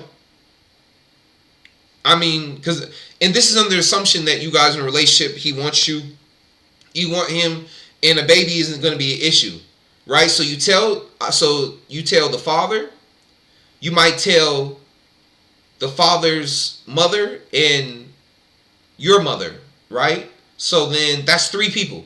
Try to keep it in 3. Or if maybe you only tell The woman might only tell her parents, and the man might tell his parents. At the end of the day, what I'm saying is, you want as less people to know as possible. And you only want people who you know truly want the best for you in life. And if you can help it, people who truly have a relationship or faith and belief in God, so that they can pray for you because you know that they want the best for you. But if you go out and start telling everybody, oh, I'm pregnant, oh, this and that, you might be telling people in your families or people who you think have been friends for years, you might think they want the best for you, but in reality, you tell them this and they smile in your face, but in reality, they have all these negative thoughts, hoping that your baby die, hoping that you don't make it, hoping that something bad happens, because they like, why do you deserve this? Why can't you have a baby? I've been trying to have a baby for years. How come you deserve a man and a happy, you know what I'm saying? So this is why you gotta be careful what you tell people, family, because of negativity. And if you sick and you want to get well, don't tell everybody you sick. Because some people might be hoping, I hope you die, wishing that you die, hoping you don't get better. Only tell a few people. Because even sometimes with those few people, even though they want the best for you, depending on the situation, like for instance, if you told a mother, I'm not going to say that. Let's say you told someone you thought was close, and they might want the best for you. But because, let's say they're not as spiritually adept and strong as you, right? They're only physical. So if you tell them, I got cancer or something, and then they're like, the doctor told me I have 5 months. They're going to look at you like, oh my God, you're dying in 5 months. And then they're going to cry. So instead of them sitting there praying and having faith that it can turn around, there's even a miracle, all they're doing is basically wishing death upon you. Even though they don't want it to happen, they can't help it because of their belief system. They don't believe in spiritual things. They believe that a doctor knows everything, that what the doctor says is the final words. So what you're doing is you're nailing a nail into your own coffin by telling this person who has no spiritual understanding, even if they mean the best for you. Let me keep going. The universal energy of the spirit provides the connection of the gene essence with the cells and assists their development. Spiritual energy is imperative for the growth of the baby in the uterus. And while the baby is born into the world, the spirit claims that baby as a whole. Okay, the universal energy of the spirit provides the connection of the gene essence with the cells and assists their development. Spiritual energy is imperative for the growth of the baby in the uterus. And while the baby is born into the world, the spirit claims that baby as a whole. In other words, family, this also sounds like explaining the process of your spiritual self when you enter the avatar within your mother's womb. So in other words, it's talking, remember I've said this before, family, these possession movies is why they make them scary, like Exorcist and stuff. It's to scare you away from the truth. It's not to say that there aren't evil entities or people who would do evil things. But in general, possession is not a bad thing, because possession, the most main possession is you possessing an avatar body that the Creator created for you to go through. This body that I'm in right now was created specifically for my spirit to go through this probation. So that's what it's talking about. We're learning right now, family. My spirit claimed to possess this avatar. This is my avatar. Even though I'm a spirit and my true self is spirit, this body was made for me. Just like this t-shirt, even though this t-shirt isn't connected to my flesh, I bought this t-shirt for me to wear. This is my shirt. Somebody can take it, but it don't matter if they take it. It's still mine. It was made for me. So it will never essentially be theirs, period. They may be able to disrespect it. Like it says, love not your life unto death. Because the true use is the spirit. The enemy may, don't fear the one who could destroy your flesh, but fear the one who could destroy your spirit. The universal energy of the spirit provides the connection of the gene essence with the cells and assists their development. Spiritual energy is imperative for the growth of the baby in the uterus. And while the baby is born into the world, the spirit claims that baby as a whole. Afterwards, she or he is its essence possession. Despite all the difficulties, it never leaves him or her. If at times it cannot find its medium and its connection with the body becomes weaker, it has the power of leaving that body at any moment if it wants. Family, in other words, it's talking about people like walking around without a soul. Like, family, if you go on YouTube, look at videos of people who talk about they've actually taken someone's life. and they start to talk about, it's almost like I've lost my soul. I lost a piece of me. Because it's true. Like, family, I remember watching this video once about somebody talking about when you talk about drinking and think about spirits, right?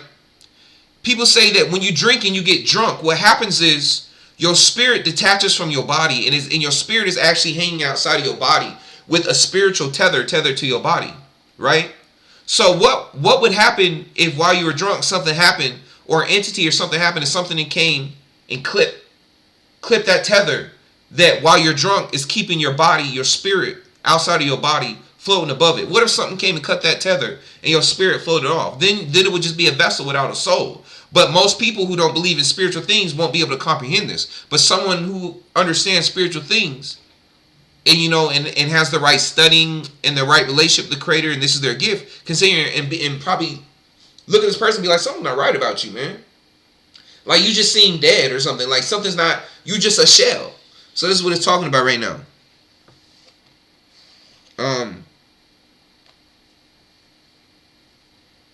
Afterwards, she or he is its essence possession. Despite all the difficulties, it never leaves him or her. Oh, this is also talking about the Holy Spirit, family. This is also talking about the wisdom of the Most High. In other words, if the wisdom of the Most High comes to you, but sees that you're not walking the path of the Most High, the Spirit will leave you, because you will grieve the Spirit of the Most High. The Most High, remember, your body's a temple. The Spirit of the Most High only wants to reside in a righteous temple, a temple that gives reverence unto the Most High, a temple who understands its purpose in this life. So if you're not in right with the Most High, you run the Spirit of the Most High, the Spirit of wisdom, the Holy Spirit, what do you want to call it? The Holy Ghost, you'll run it off. So that's another thing. Afterwards, she or he is its essence possession. Despite all the difficulties, it never leaves him or her. If at times it cannot find its medium and its connection with the body becomes weaker, it has the power of leaving that body any moment if it wants. In other words, once again, Holy Spirit, you don't want to listen, you want to be living this life? All right, go live your life. Go do you, Spirit. You have free will. Like I said, there's two different types. Like I said, there's many. When you get the understanding, family, and get deep down, you start to understand what is possible and what isn't possible in spiritual levels. Evolvement on the face of the world is nothing but an effect of the centuries. Okay, evolvement on the face of the world is nothing but an effect of the centuries on this. Okay, evolvement on the face of the world is nothing but an effect of the centuries on the centuries from the technological side. Spiritual evolvement occurs by universal vibrations. The spirit energies that receive these vibrations take their lives on the world level under supervision. Let me read that again. Evolvement on the face of the world is nothing but an effect of the centuries on the centuries from the technological side. In other words, family, global warming, if that's real or whatever, deforestation, a forest one day becoming a desert turning into a forest. That's physical changes. Once again, that comes back to like the money thing earlier when I said people think someone's changed because they've got a bunch of monetary gain, physical gain. But in reality, they haven't changed, because true change comes within. It's a spiritual change. And that's what this is talking about right here too. Evolvement on the face of the world is nothing but an effect of the centuries on the centuries from the technological side. Spiritual evolvement occurs by universal vibrations. The spirit energies that receive these vibrations take their lives on the world level under supervision. Self-reflection, family. You cannot come to me unless you have a broken heart and contrite spirit. Admit when you're wrong. The spirit is a whole. It is an invisible energy, and it is eternal. The way we come to this world is the same as the way we leave the world. We enter through one gate and leave through another gate. And if you're going through the process of birth and rebirth or reincarnation, you come in through the gate of your mother's womb, and then you leave. You go into the light, and then have you ever heard people talk about, what if that light at the end of the tunnel is actually the opening of your mother's womb in the operating room? So you leave the same way you came in. And this energy passes by special procedures.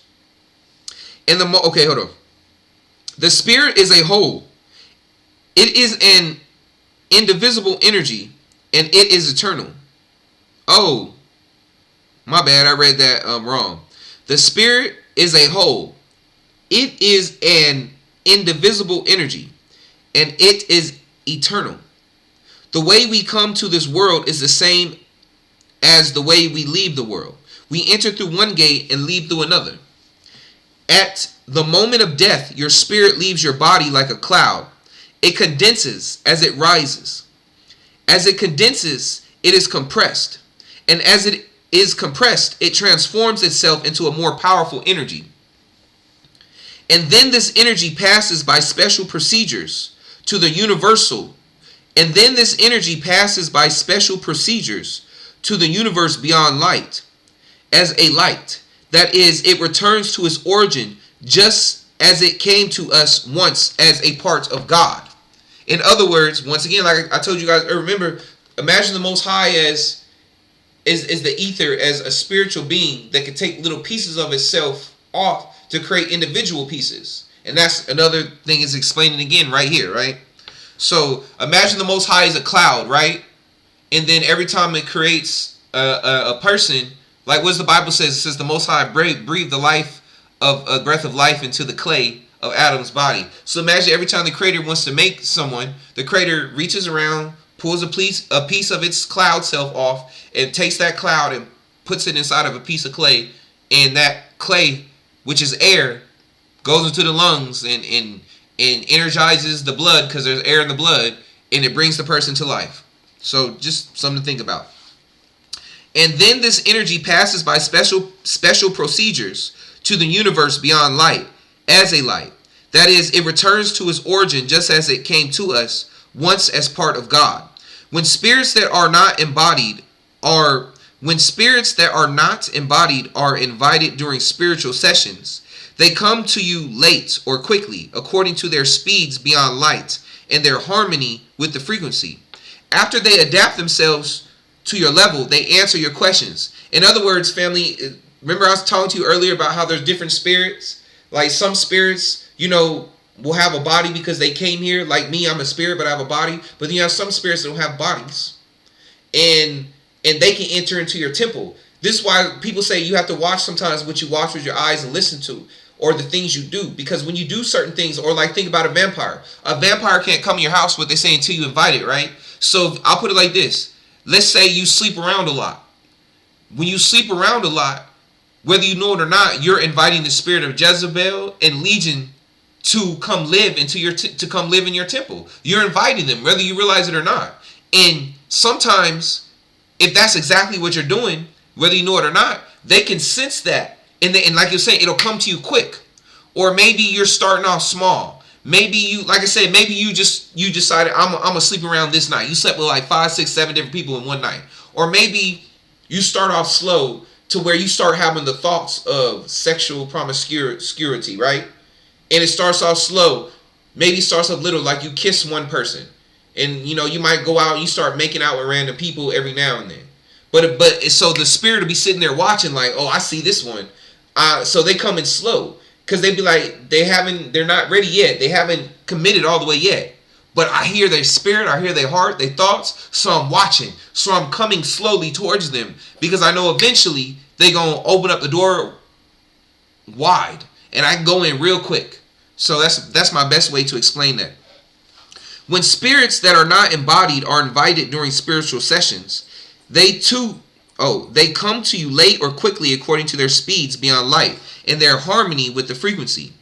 After they adapt themselves to your level, they answer your questions. However, it is not plausible to disturb them for trivial reasons.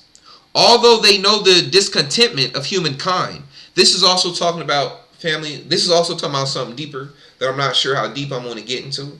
But this also, I did another video the other day, family, where I brought up a new toy that's coming out, a new Harry Potter toy. And basically, this new Harry Potter toy is you get two wands that are electronic, and they're connected to your TV by Wi-Fi. And basically, the two players, most likely your kids, will be in the house pointing two wands at each other, and the kids have to learn the the specific movements of how to move the wand, to how to activate the certain spells, and they have to learn spells, right? And the kids are sitting there using these wands, basically pointing the wands at each other and saying incantations, thinking it's all fun and games, not knowing that these children are inviting spirits to their houses and to their temples. And then when this happens, family, I promise you, people are going to have more paranormal things in their house. Their lives are going to start falling apart, because you don't know who these people have your children calling. If you don't have the wisdom and knowledge what they're doing, your children could be calling spirits that have to do with death and destruction. Your children could be calling these spirits into their lives, into their bodies, because they're going around talking about some Wingardium Levy and doing stuff like this, not knowing that they're calling a spirit to come possess them, giving them permission. Anyway, however, it is not possible to disturb them for trivial reasons. Oh, and especially you got your kids disturbing these spirits, not knowing what they're doing. And now you got these spirits disturbed because they like, what am I doing here? Who called me? Does this kid even know they called me? And now the spirit's going to destroy your child trying to get free from them. Just saying. Destroy your family, your life. Or trying to destroy your child just cause. Just out of revenge for your child calling them and wasting their time. Just saying. However, it is not plausible. And then you sit here and say, well, if the creator finds children innocent, then why would he look, it could go on for years. Just because your child is possessed today, they could be 3 years old. The child knows the power of the creator. And remember, one day in heaven is 1,000 years on earth, right?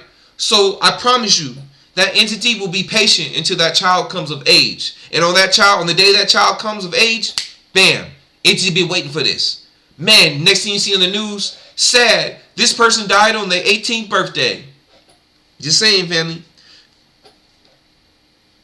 However, it is not plausible to disturb them for trivial reasons. Although they know the discontentment of humankind, they come to the session again and again without any resentment. For their duty is to prepare you for a certain medium. Now, although this said without resentment, family, it's talking about righteous spirits. It's talking about archangels. It's talking about angels that follow the Most High. It's talking about the angels that are here to help. But once again, these angels have names. These entities have names.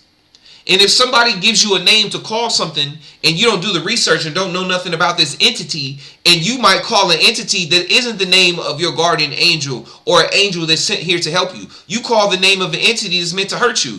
Guess what? They're not going to be kind and understanding. Just want to throw that out there. Beings who did not... Okay. However, it is not plausible to disturb them for trivial reasons. And even this will sit here and tell you, don't disturb them for trivial reasons. So even the good ones might have an issue. Otherwise, it wouldn't give you a warning. However, it is not plausible to disturb them for trivial reasons. Although they know the discontentment of humankind, they come to the sessions again and again without any resentment. For their duty is to prepare you for a certain medium. Beings who did not get satiated with worldly comforts, that is, those who could not complete their evolvements, yet in missionary, beings who did not get satiated with worldly comforts, that is, those who could not complete their evolvements, yet and missionary beings, return to Terra again through birth in accordance with the degree of their desires. Everything is under supervision with our love. In other words, what we're just talking about. If you don't learn and you sit here and start worshiping, physical things, that desire will cause you to come right back here to where? Terra Infinita. Just saying. So, or let's say you came here for a mission and you were on your mission, but because someone didn't like you, because maybe something happened that had you taken out of here sooner than you should have left. So you're not coming back because you were doing wrong. You're coming back because your life was taken too short and you weren't allowed to finish. So here we go.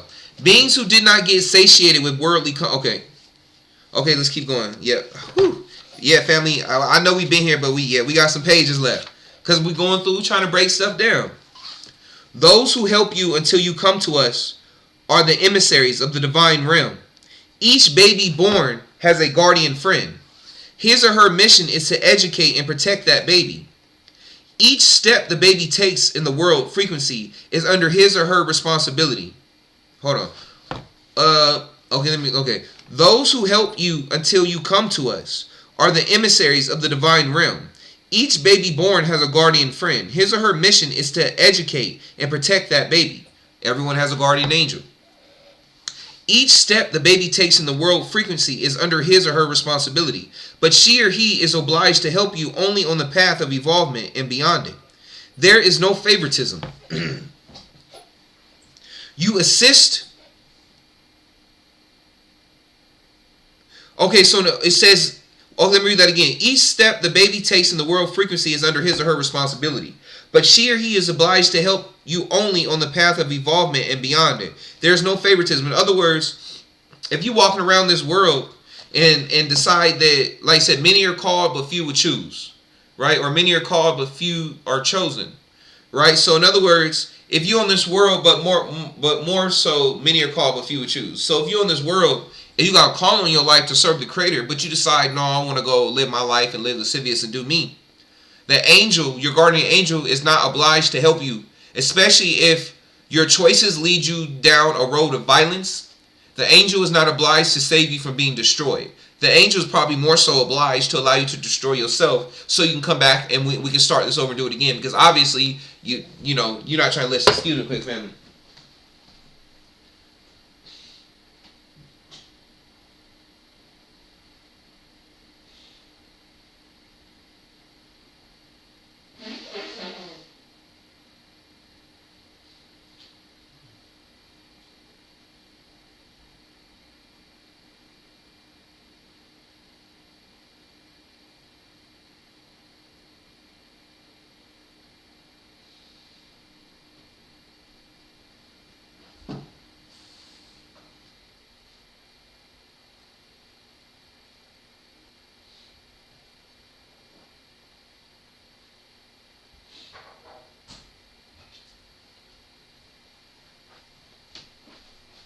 Also, family, I was thinking about it while we're on this subject.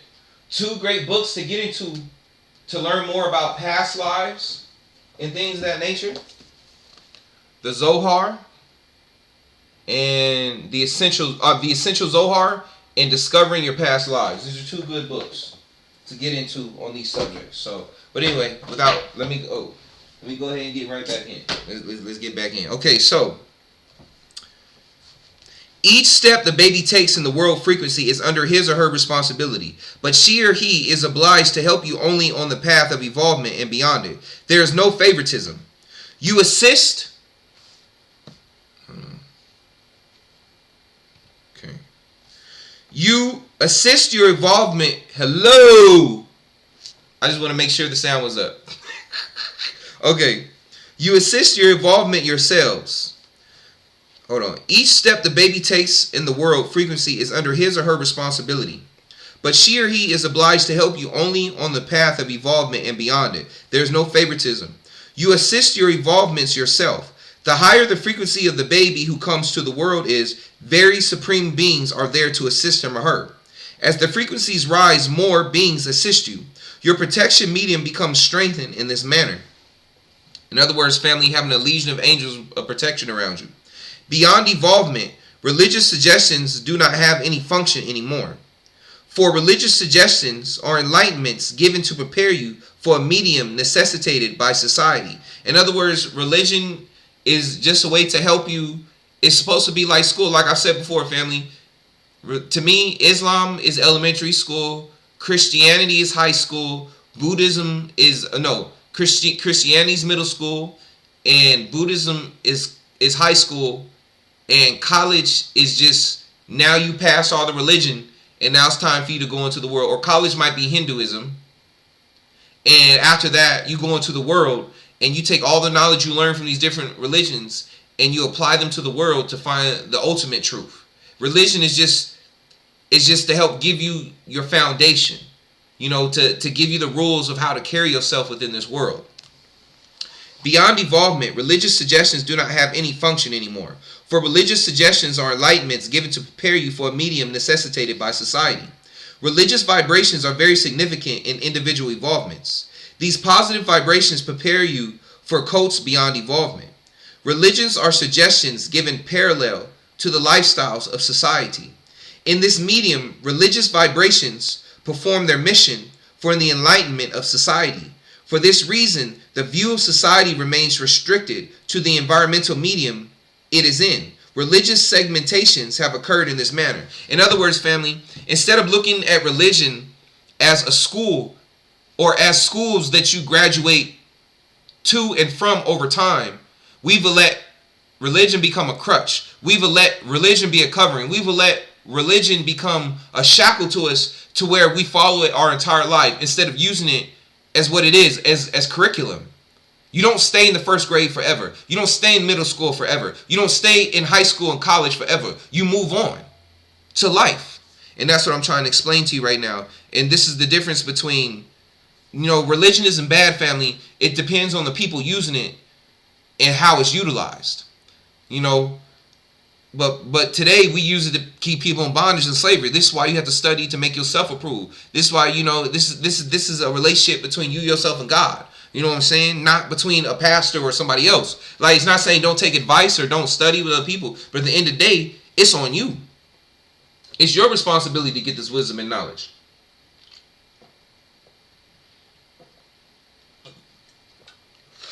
Oh, yeah, that started leaking. My bad, family. Excuse me. Excuse my bad manners. It is your religious faith and views that connect you to the channel of the Lord, and then take you from there to the evolvement medium. But unfortunately, every society tries to attract the others to its own religious medium and its own ego medium. A Christian wants everyone to be a Christian. A Muslim wants everyone to be a Muslim. No one views the other one as a fragment of himself or herself, of his or her essence as a human. We have said religions are given for evolvement as a necessity of society. Jesus Christ is the enlightening guide of his society. Muhammad Mustafa is the enlightening guide of his own society. Those who grasp the genuine nature of the Quran and the religious books do not make any discrimination among religions anymore, for they have transcended the boundaries of evolvement. In the Christian medium, to those who do not make any Christian, Muslim discrimination are assembled under the roof of humanity. In the Christian medium, to those who do not make any Christians. In the Christian medium, to those who do not make any Christians, Muslims discrimination are assembled under the roof of humanity. Muslim discrimination are assembled under the roof of humanity. This book is not a religious book, for it is being dictated from an evolvement code beyond 9 dimensions. Only genuine humans are accepted into this dimension. For this reason, we have oriented the entire universe towards the religious medium. For all your religious books elevate you only up to the energy mediums of the 4th dimension and prepare you for the entrance examination of other dimensions. The dimension you call heaven is there. Those who are selected from here are taken to the firmament plane. They are your saints, and saints also receive their suggestions from the supreme ones of the dimensions to which they have elevated themselves. Each dimension is connected to the universal channel of the Lord. However, to be able to get habituated to the energy of a dimension is only possible by being ready for the evolvement of that dimension. Otherwise, you become shaken. For this reason, those whose evolvements and frequency powers rise parallel to each other are not shaken in any way, because they were ready for the evolvement. In other words, once again, family, if you don't do the work in this lifetime, you're not going to be able to move on, because your spirit isn't going to be able to survive and live in the next realm, because it has not been prepared to, because you didn't do the necessary work here from within. The energy of the next higher dimension is obliged to train the energy of the next lower dimension. In unification necessitated by society, it is very significant to take this path. In other words, other people paved the path for us, family. So those of us who are star seeds, We're paving the way so those under us don't have to do as much work. This is why we have to be selfless. We can't be there and be like, oh no, you have to do this and that. You can't because you didn't go through what I do. But we have to be humble enough to continue this path so that we can open up the path for those behind us, to be good examples for them. Our friends who have reached genuine religious fulfillment, be they Christian or Muslim, never make religious propaganda, for they have attained genuine consciousness. Their worship is between themselves and their Lord. Their assistance is for humanity. Religious vibrations bring you up to the gate of heaven. After this threshold, you are subjected to more powerful examinations. If you pass these thresholds together with moral totality, you enter different evolvement dimensions. The energy of the fourth dimension opens your essence and I. The energy of the fourth dimension opens your essence and I. Then you will tread the paths with your own efforts. You either open the gate of heaven, or you partly open it, or you just remain there. It is not easy at all to enter this medium of purification. The endeavor is from you, tolerance from us, divine guidance from our Lord. During this period of sincerity, our sincere brothers and sisters perform their missions fully by propagating the fascicles of the book and are assisting their brothers and sisters to awaken. Our gratitude is infinite. For this reason, our connection takes place with these friends. Hold on. During this period of sincerity, our sincere brothers and sisters perform their missions fully by propagating the fascicles of the book and are assisting their brothers and sisters to awaken. When it's talking about fascicles of the books, it's talking about the let's say the precepts or laws or directions of this book or of the Bible or of the Quran or a Buddhist or Hindu text. The fascicles, it's talking about the stuff in those books. Are assisting their brothers and sisters to awaken. Our gratitude is infinite.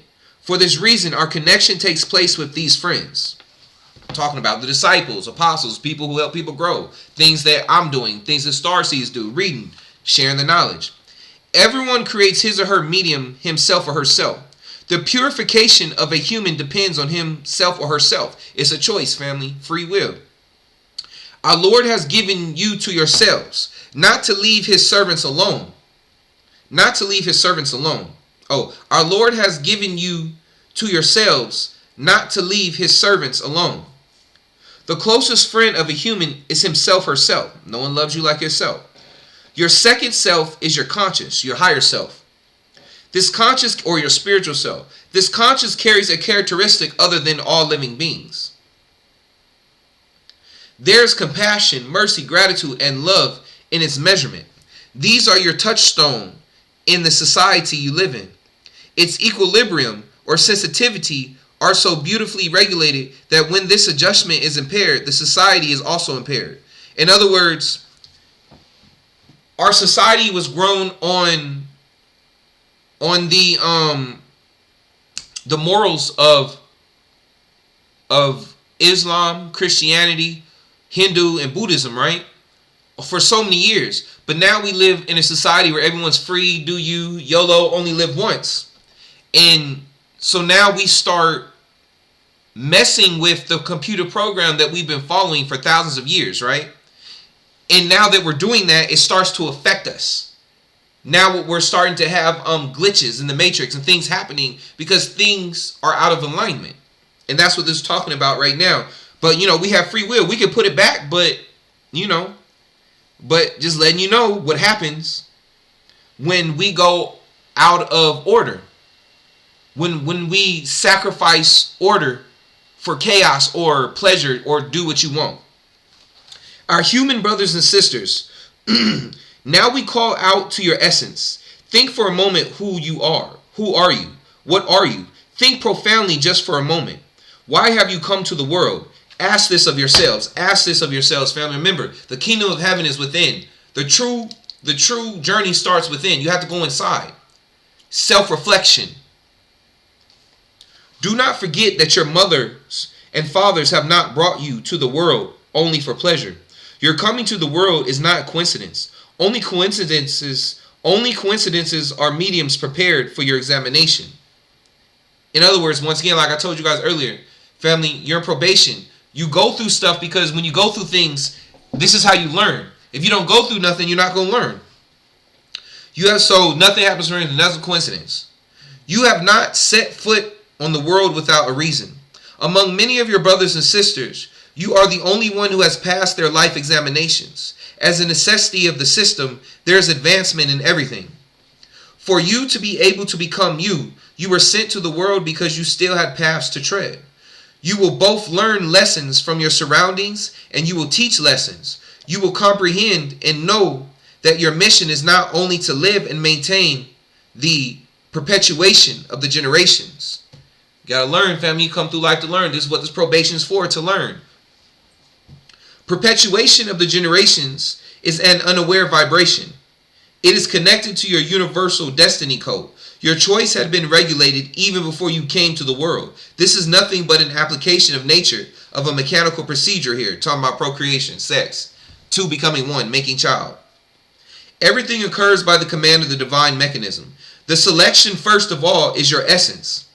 Later, it will be explained to you in length how you came to the world. For now, may all the happiness be upon you with our love. The atmosphere of the world is mirroring the radioactive factors on you. Your depression, your climate conditions, your food and drinks are affecting you negatively due to this.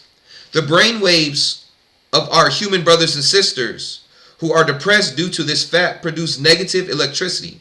If you consider all these matters, you can understand the reason of your depression. You are what you say, you are what you think, family. Start working on positive thoughts. Start working on building yourself up positively, family. That's what it's talking about. Your thoughts. Like what does the word say? Cast down imagination. You know, when God was talking to Cain, it wasn't in person. God was talking to Cain spiritually because God knew Cain's thoughts. And he told him, you know, change your thoughts before your thoughts cause you to do something you're going to regret. No matter how powerful you are, the pressure of your atmosphere will affect you as time passes. Even the rich among you will not be able to spend their money with ease on the threshold of their spiritual depressions. Do you know why we explain all this very clear? For despite all this clarity, our human brothers and sisters are still blind and deaf, exceptions excluded. They cannot see and know the path designed for them, and they cannot become free of themselves. You are in a 1-year period of depression. Only our genuine friends are exempt from this, for we extend our helping hands to them in every way. You have entered an intense fog stratum encompassing the entire universe. Our purified friends will overcome this obstacle without fear. Once the bridge Sirat, S-I-R-A-T, once the bridge Sirat was mentioned, now you are passing over that Sirat. You see that the animals you have sacrificed do not assist you to pass over this bridge. Why? Because in the day, family, when they did sacrifice in the temple, sacrificing the animals was almost like a stand-in, right? A substitute. The sacrificing of the animal didn't cause internal change. Internal change has to come for you to change. When you sacrifice an animal, it was almost just like how people do today. They go do what they want during the week, go to the club Saturday, Friday, do all this stuff, but then go to church on Sunday, ask forgiveness, believe they're forgiven, and then go about, do it all over again, only show back up on Sunday, church on Sunday, to ask forgiveness for the same thing again. That was the problem with the sacrifice in the first place. They weren't causing an internal change. You have to make the choice to change yourself, family. During this final period in which matter has gained supremacy over morality, during this final period in which matter, in other words, flesh and pleasure, has gained supremacy over morality, over the spirit, over you doing right, moral powers cannot extend. During this final period in which matter has gained supremacy over morality, moral powers cannot extend their helping hands to you anymore either. This is a selection made as a necessity of evolution. Even to be able to pass, in other words, do not love your life unto death, family. So, look, but there is no death, family. That's what we're learning. As we go through this, as we learn, we know there is no death. Even to be able to pass beyond your moral power is an issue of approval. Even this is given to deserving ones by selecting them. Do not let these words of ours make you uncomfortable. Even to be able to pass beyond your moral power is an issue of approval. Like, for instance, remember in the Bible when the Israelites were at the bottom of Mount Sinai, and remember when Moses went up to the mountain, and and he was up there for like 30 days, and because he took so long, the Israelites down in the valley went ahead and took all the gold and made a calf, made an idol to worship. And then when Moses came down, there was a fight in the middle of the camp. It split the camp in half, and those who followed the Most High, he was like, those who follow the Most High stand on this side. And basically, all those who follow the Most High, they got into a battle in the middle of the camp, a fight, and they killed all those who did not follow the Most High. That's what I got as I'm reading this. Even to be able to pass beyond your moral power. In other words, to be able to get the permission from the Most High to do that took a lot. Because you're not supposed to hurt each other. And that goes against, but for that situation, for those who understand, even to be able to pass beyond your moral power is an issue of approval. Even this is given to deserving ones by selecting them. Do not let these words of ours make you uncomfortable. Don't let what I say make you uncomfortable, family. Now, we will tell you everything openly so that you can attain a judgment about your attitude. Your exit path is your common sense and your conscience. Provided that you cannot clean the negative litter there, you can never leap over the threshold of depression, neither materially nor morally. What I get from that family is like I tell people all the time, forgiveness, honestly, forgiveness can be a selfish thing.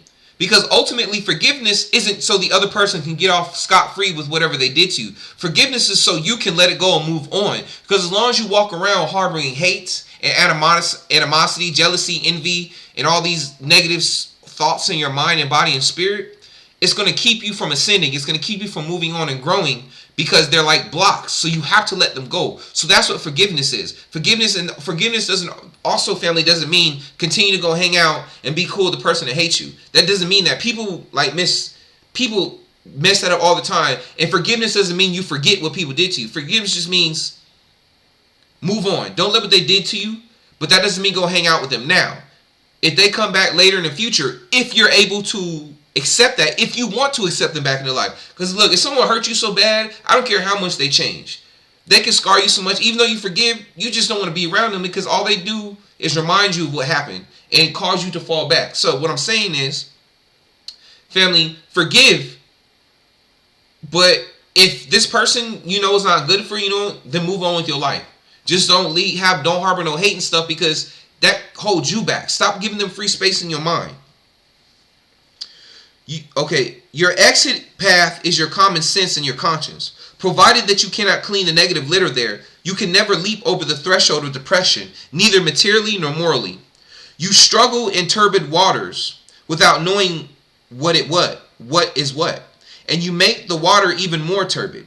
If you stop and think for a moment by your common sense, you will see the path you must design more easily. In other words, self-reflection, family. Taking responsibility for your actions in the past. Our recommendations to you have always been patience for centuries. However, now is not the period of patience. The time loop has very much narrowed. For this reason, we are trying to take you out of your time. But still, it is very hard to pull you out of your dark well while you are in the dark. But still, it is very hard to pull you out of your dark well while you are in the dark. We cannot be of any assistance to you in any manner. In other words, that depression, this is why you forgive. They can't help you if you got that spirit on you still. This is the meaning of our telling you, run towards the light. All our love is upon the universe. Run towards the wisdom, family. Our friends, your brain generator produces thoughts by the signals it receives from the dimensions it enters. If these thoughts are present in your brain archives, you bring that message above your awareness, and either you say it out loud or you write it down on paper with a pen. In other words, what do people talk about manifestation? Write down your thoughts and your desires to manifest them. Your actual computer center is your brain. Family, if you've done the research, they've talked about how chips in a lot of computer systems, if you actually do the research, they're actually based off the anatomy of your brain and parts of your body. How to create technology is embedded within your flesh, within your avatar, family. Your actual computer center is your brain. The given announcements are given from each dimensional energy. It is said everyone has a star. This is the very explanation of this statement. It is also said that your anatomy is actually made up of stardust. That's another thing. These subjects do not have anything to do with the cultures you receive. Hold on. These subjects do not have anything to do with the cultures you receive from the medium you live in, and neither does your nationality, nor religion, nor your age, nor your gender affect the perceptions you receive. In other words, just because you're a child doesn't mean that you can't minister the truth. If the creators put the creator's hand upon you. Things that seem like miracles to you are nothing but the opening of your brain channels by your integrated conscious codes. The evolution frequency of a 3-year-old child may be much higher than the evolution frequency of an 80-year-old human. What is significant is not the world age, but the evolution age. Family, once again, Peter Pan. I always bring this up, but Peter Pan is very deep to me on this subject, especially explaining it.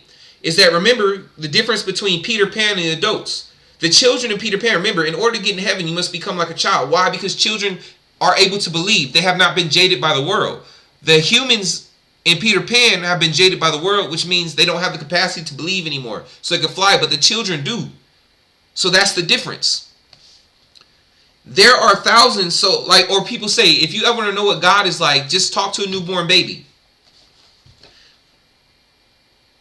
There are thousands of ego prophets the evolution frequency of a 3-year-old child may be much higher than the evolution frequency of an 80-year-old human.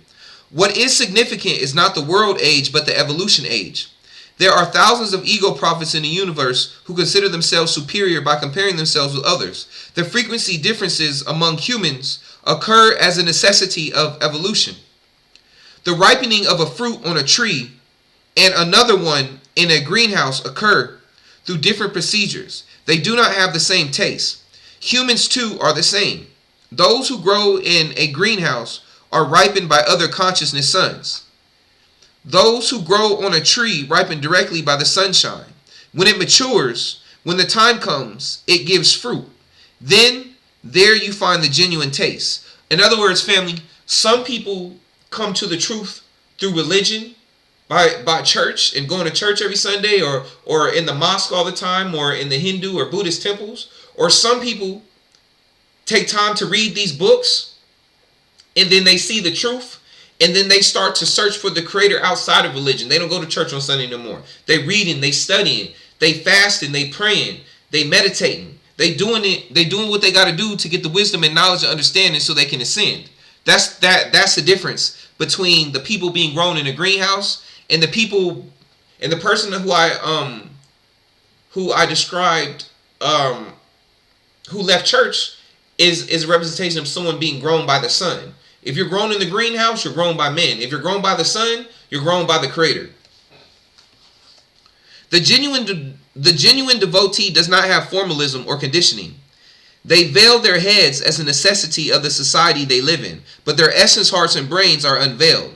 When they attain genuine consciousness, they understand what is what, but they cannot say anything due to their hesitation about the medium. In other words, let me read that again. The genuine devotee does not have formalism. In other words, that's like me going to a church wearing regular clothes, but it's a church where everyone is dressed in 2-piece suits. Everyone's got all the makeup. They all dressed up like it's one of those grand events, right?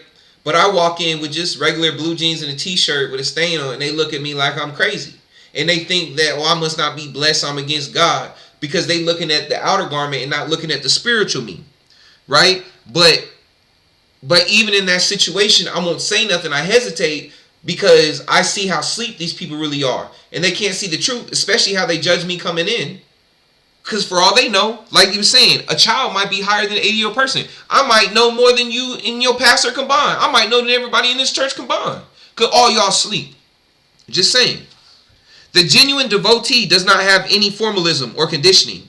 They veil their head. Oh, by the way, family, when the Bible says come as you are, it's not talking about your clothing. It's talking about who you are inside. Your spiritual self. It's talking about come who you are spiritually. It's not talking about your clothes. The clothes come into it, and that comes in common sense. You shouldn't show up to any event half naked, especially situations like that. So you shouldn't show up to an event wearing something and doing something. You know you're gonna cause attention to come to you to take away from the teaching or the lesson that's going on. But coming as you are, family, is a spiritual thing. It has nothing to do with how you look. It means come as who you are. Who did God make you? Who is if you were to let all your hair grow out, you know what I'm saying, and not worry about what you're wearing and people judging you, but you would just show genuine self, that means come as you are. Who are you? Even if you are an angry person, if you're a hurt person, a bitter person, a happy person, who are you? Now, if you're angry and you want to come and hurt people, by all means, don't come. But if you're angry and you want to change from your anger, but you have enough common sense and enough self-discipline to not go off and hit people, then yeah, come. And then over time, you'll get less angry as you continue to work. And I'm not even saying that, and I'm not saying go to church. I'm not saying this. This is what I'm saying. You can do this also by reading the book and studying, by doing the work yourself, because at the end of the day, it all comes down to you doing the work yourself anyway. All right. The genuine devotee does not have formalism or conditioning. They veil their heads as a necessity, or you might go to a church and let's say because you know the church is a two-piece suit, out of necessity you might put a suit on because you understand that you're at this place for a reason, for a mission. So it just depends on the situation. Every situation dictates, family. The genuine devotee does not have formalism or conditioning. They veil their heads as a necessity of the society they live in, but their essence, hearts, and brains are unveiled. When they attain genuine consciousness, they understand what is what, but they cannot say anything due to their hesitation about the medium. In this manner, many devotees do not transmit certain events, not due to fear, but due to hesitation. Pay attention to what we say. We say not due to fear, but due to hesitation. For there can never be a genuine devotee whose fear coat has not been opened. You got to get rid of fear, family. You got to stop fearing stuff. Do not fear your life unto death. Death is not real. Start praying and asking the Creator to take fear out of your heart, to help you not fear things. Fear and preemptiveness. Fear coat has not been opened. For there can never be a genuine devotee whose fear coat has not been opened. Fear is primitiveness. And this primitiveness is the sole factor that hinders your becoming conscious. This is the reason why we often repeat and will continue to repeat this word, of course, of ours when the need arises. Once again, this goes back in the day. Remember growing up, people are like, oh, don't read the Quran because it'll put a spell on you. Don't read the book of this religion because it's going to mess you up in the head. Family, you have to be fearless and read these things. When I say read these books, I'm not saying, if you're Muslim and you read the Bible, I'm not telling you to take the Bible and start just applying it to your life. You're already Muslim. But I'm saying just read it though. And meditate on it, pray, ask Allah, the Creator, what He's saying about it. I'm not saying just go converting. I'm just saying read.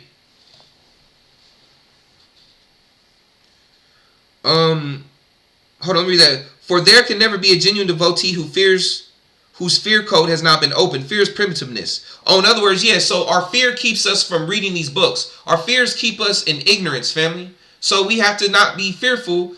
Like you said, it is the glory. Look, the Most High loves to hide a thing. It is the glory for a king or the crown of a king or a queen to search a matter out.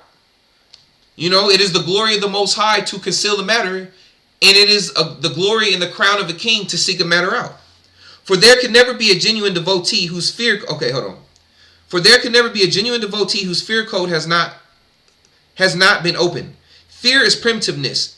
And this primitiveness is the sole factor that hinders your becoming conscious. This is the reason why we often repeat and continue to repeat this word of ours when the need arises. All our endeavors are for placing you on the genuine consciousness code.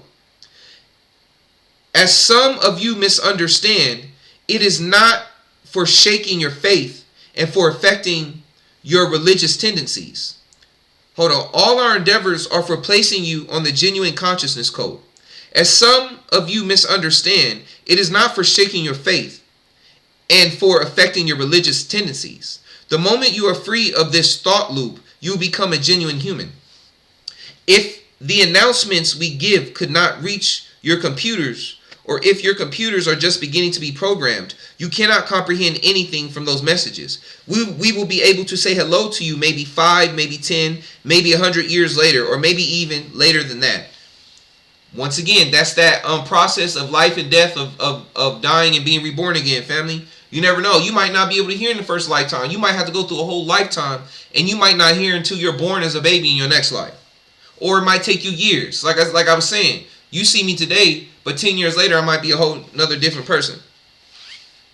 While you expect mechanical signals from us, We expect brain signals from you. May universal love be upon you. May all the lights fill your spirits. Our friends, we serve you for the time being by giving you general messages, by warning you from afar. The load of heavens is very heavy. The load of heavens is very heavy. Your circumstances are very difficult. To alleviate your burden is our mission. Please assist our friends who do not have willpower to conform to the general messages. You are being prepared for very difficult circumstances. Take precautions for this. Do not eat unnecessary food. Do not waste your energies unnecessarily. Take the mineral salts without fail. The less you eat meat, the more vigorous you will feel. Obtain your proteins from seafood and milk products. Most of all, prefer apple among fruits. During this period, you will need plenty of oxygen. Do not ever neglect your physical exercise and your daily walks. Eat food rich in potassium to alleviate the stress in your nervous system. During this period, you are receiving a lot of currents and perception. I want to say something, family, and I've said this before. When it comes to food, people always get so sensitive about it. It's not always a religious thing. It's a spiritual and physical thing. First, on the physical part, it's about your health. You shouldn't eat certain things all the time because it will kill you over time. It'll cut your life short. But then on the spiritual side, certain foods, like for instance, when you're eating animals that are slaughtered unhumanely, when they die, you're eating all the stress in the hormones that come from fear and stress that freezes in their blood in their system when they die. Because remember, when you kill the animal, their heart stops beating. So all the blood and all the endorphins and everything that was flowing through them at that time stops where they are. And then these things are absorbed into the skin. And then when you eat these things, you're taking these spirits into your body when you eat them. So it blocks you spiritually. During this period, you will need plenty of oxygen. Do not ever neglect your physical exercise and your daily walks. Eat food rich in potassium to alleviate the stress in your nervous system. During this period, you are receiving a lot of currents and perceptions unknown to you. Now you know that the past years have prepared you for the changes of today. Your circumstances have been supervised for centuries. Seasons are tried to be conformed with the laws of nature. The dispersion of the density will bring you happiness. For this reason, we tell you what to do and when. Now, you do not need miracles anymore. A lot of your abilities have been developed. In this way, you find the possibility of correspondence with us. Your world receives vibrations of different waves. All the galaxies are in an electromagnetic medium. It has been like this during every period. However, it is very significant to interpret the currents you receive during this period. Do not get tired unnecessarily by asking us about yourselves. Ask about yourselves to yourselves. Go within. Your self-criticism will augment your connection with your environment.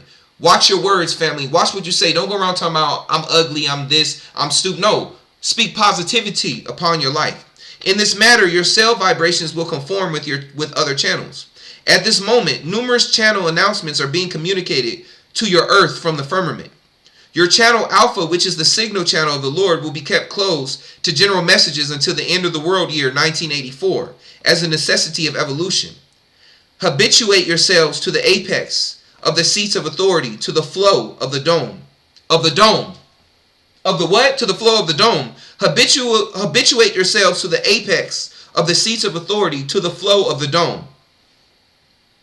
Flat earth, all this. Anyway, the reckoning of the accounts will expose the real value of your essence. While we're on that dome, remember, get to my Terra Infinita books, family. To my readings. Hold on, where was I at?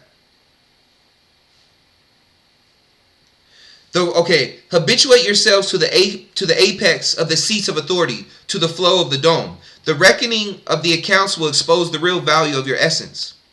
In other words, family, you're going to be tested. And the real you going to come out. It's going to show who you are at the end of the day. It is quite difficult yet to be connected to the central system. First, you have to be adapted to a medium beyond interval dimension. Those who drink the water of the wellspring will become free of density and will see the good results of salvation. We are helping you with all our might, our friends. Oh, what did it say? The wellspring? In other words, family, go back to the Bible. Remember Yahusha when he talked to the woman at the well? And he said, I will give you water so that you never thirst. The well is wisdom, family. That's the wellspring, wisdom. The light, the wisdom. Water is another water and wells is another way for saying wisdom, knowledge, discernment, understanding, the light. So know that, family. All right, family. Without further ado, I'm done. Next time we'll go ahead and move forward and reading the next chapters. So without further ado, I'm a wise, wealthy, rich, celestial being that is loved by the Most High Creator. I enjoyed y'all, family. Thank you for watching. I'll catch you later. Be blessed.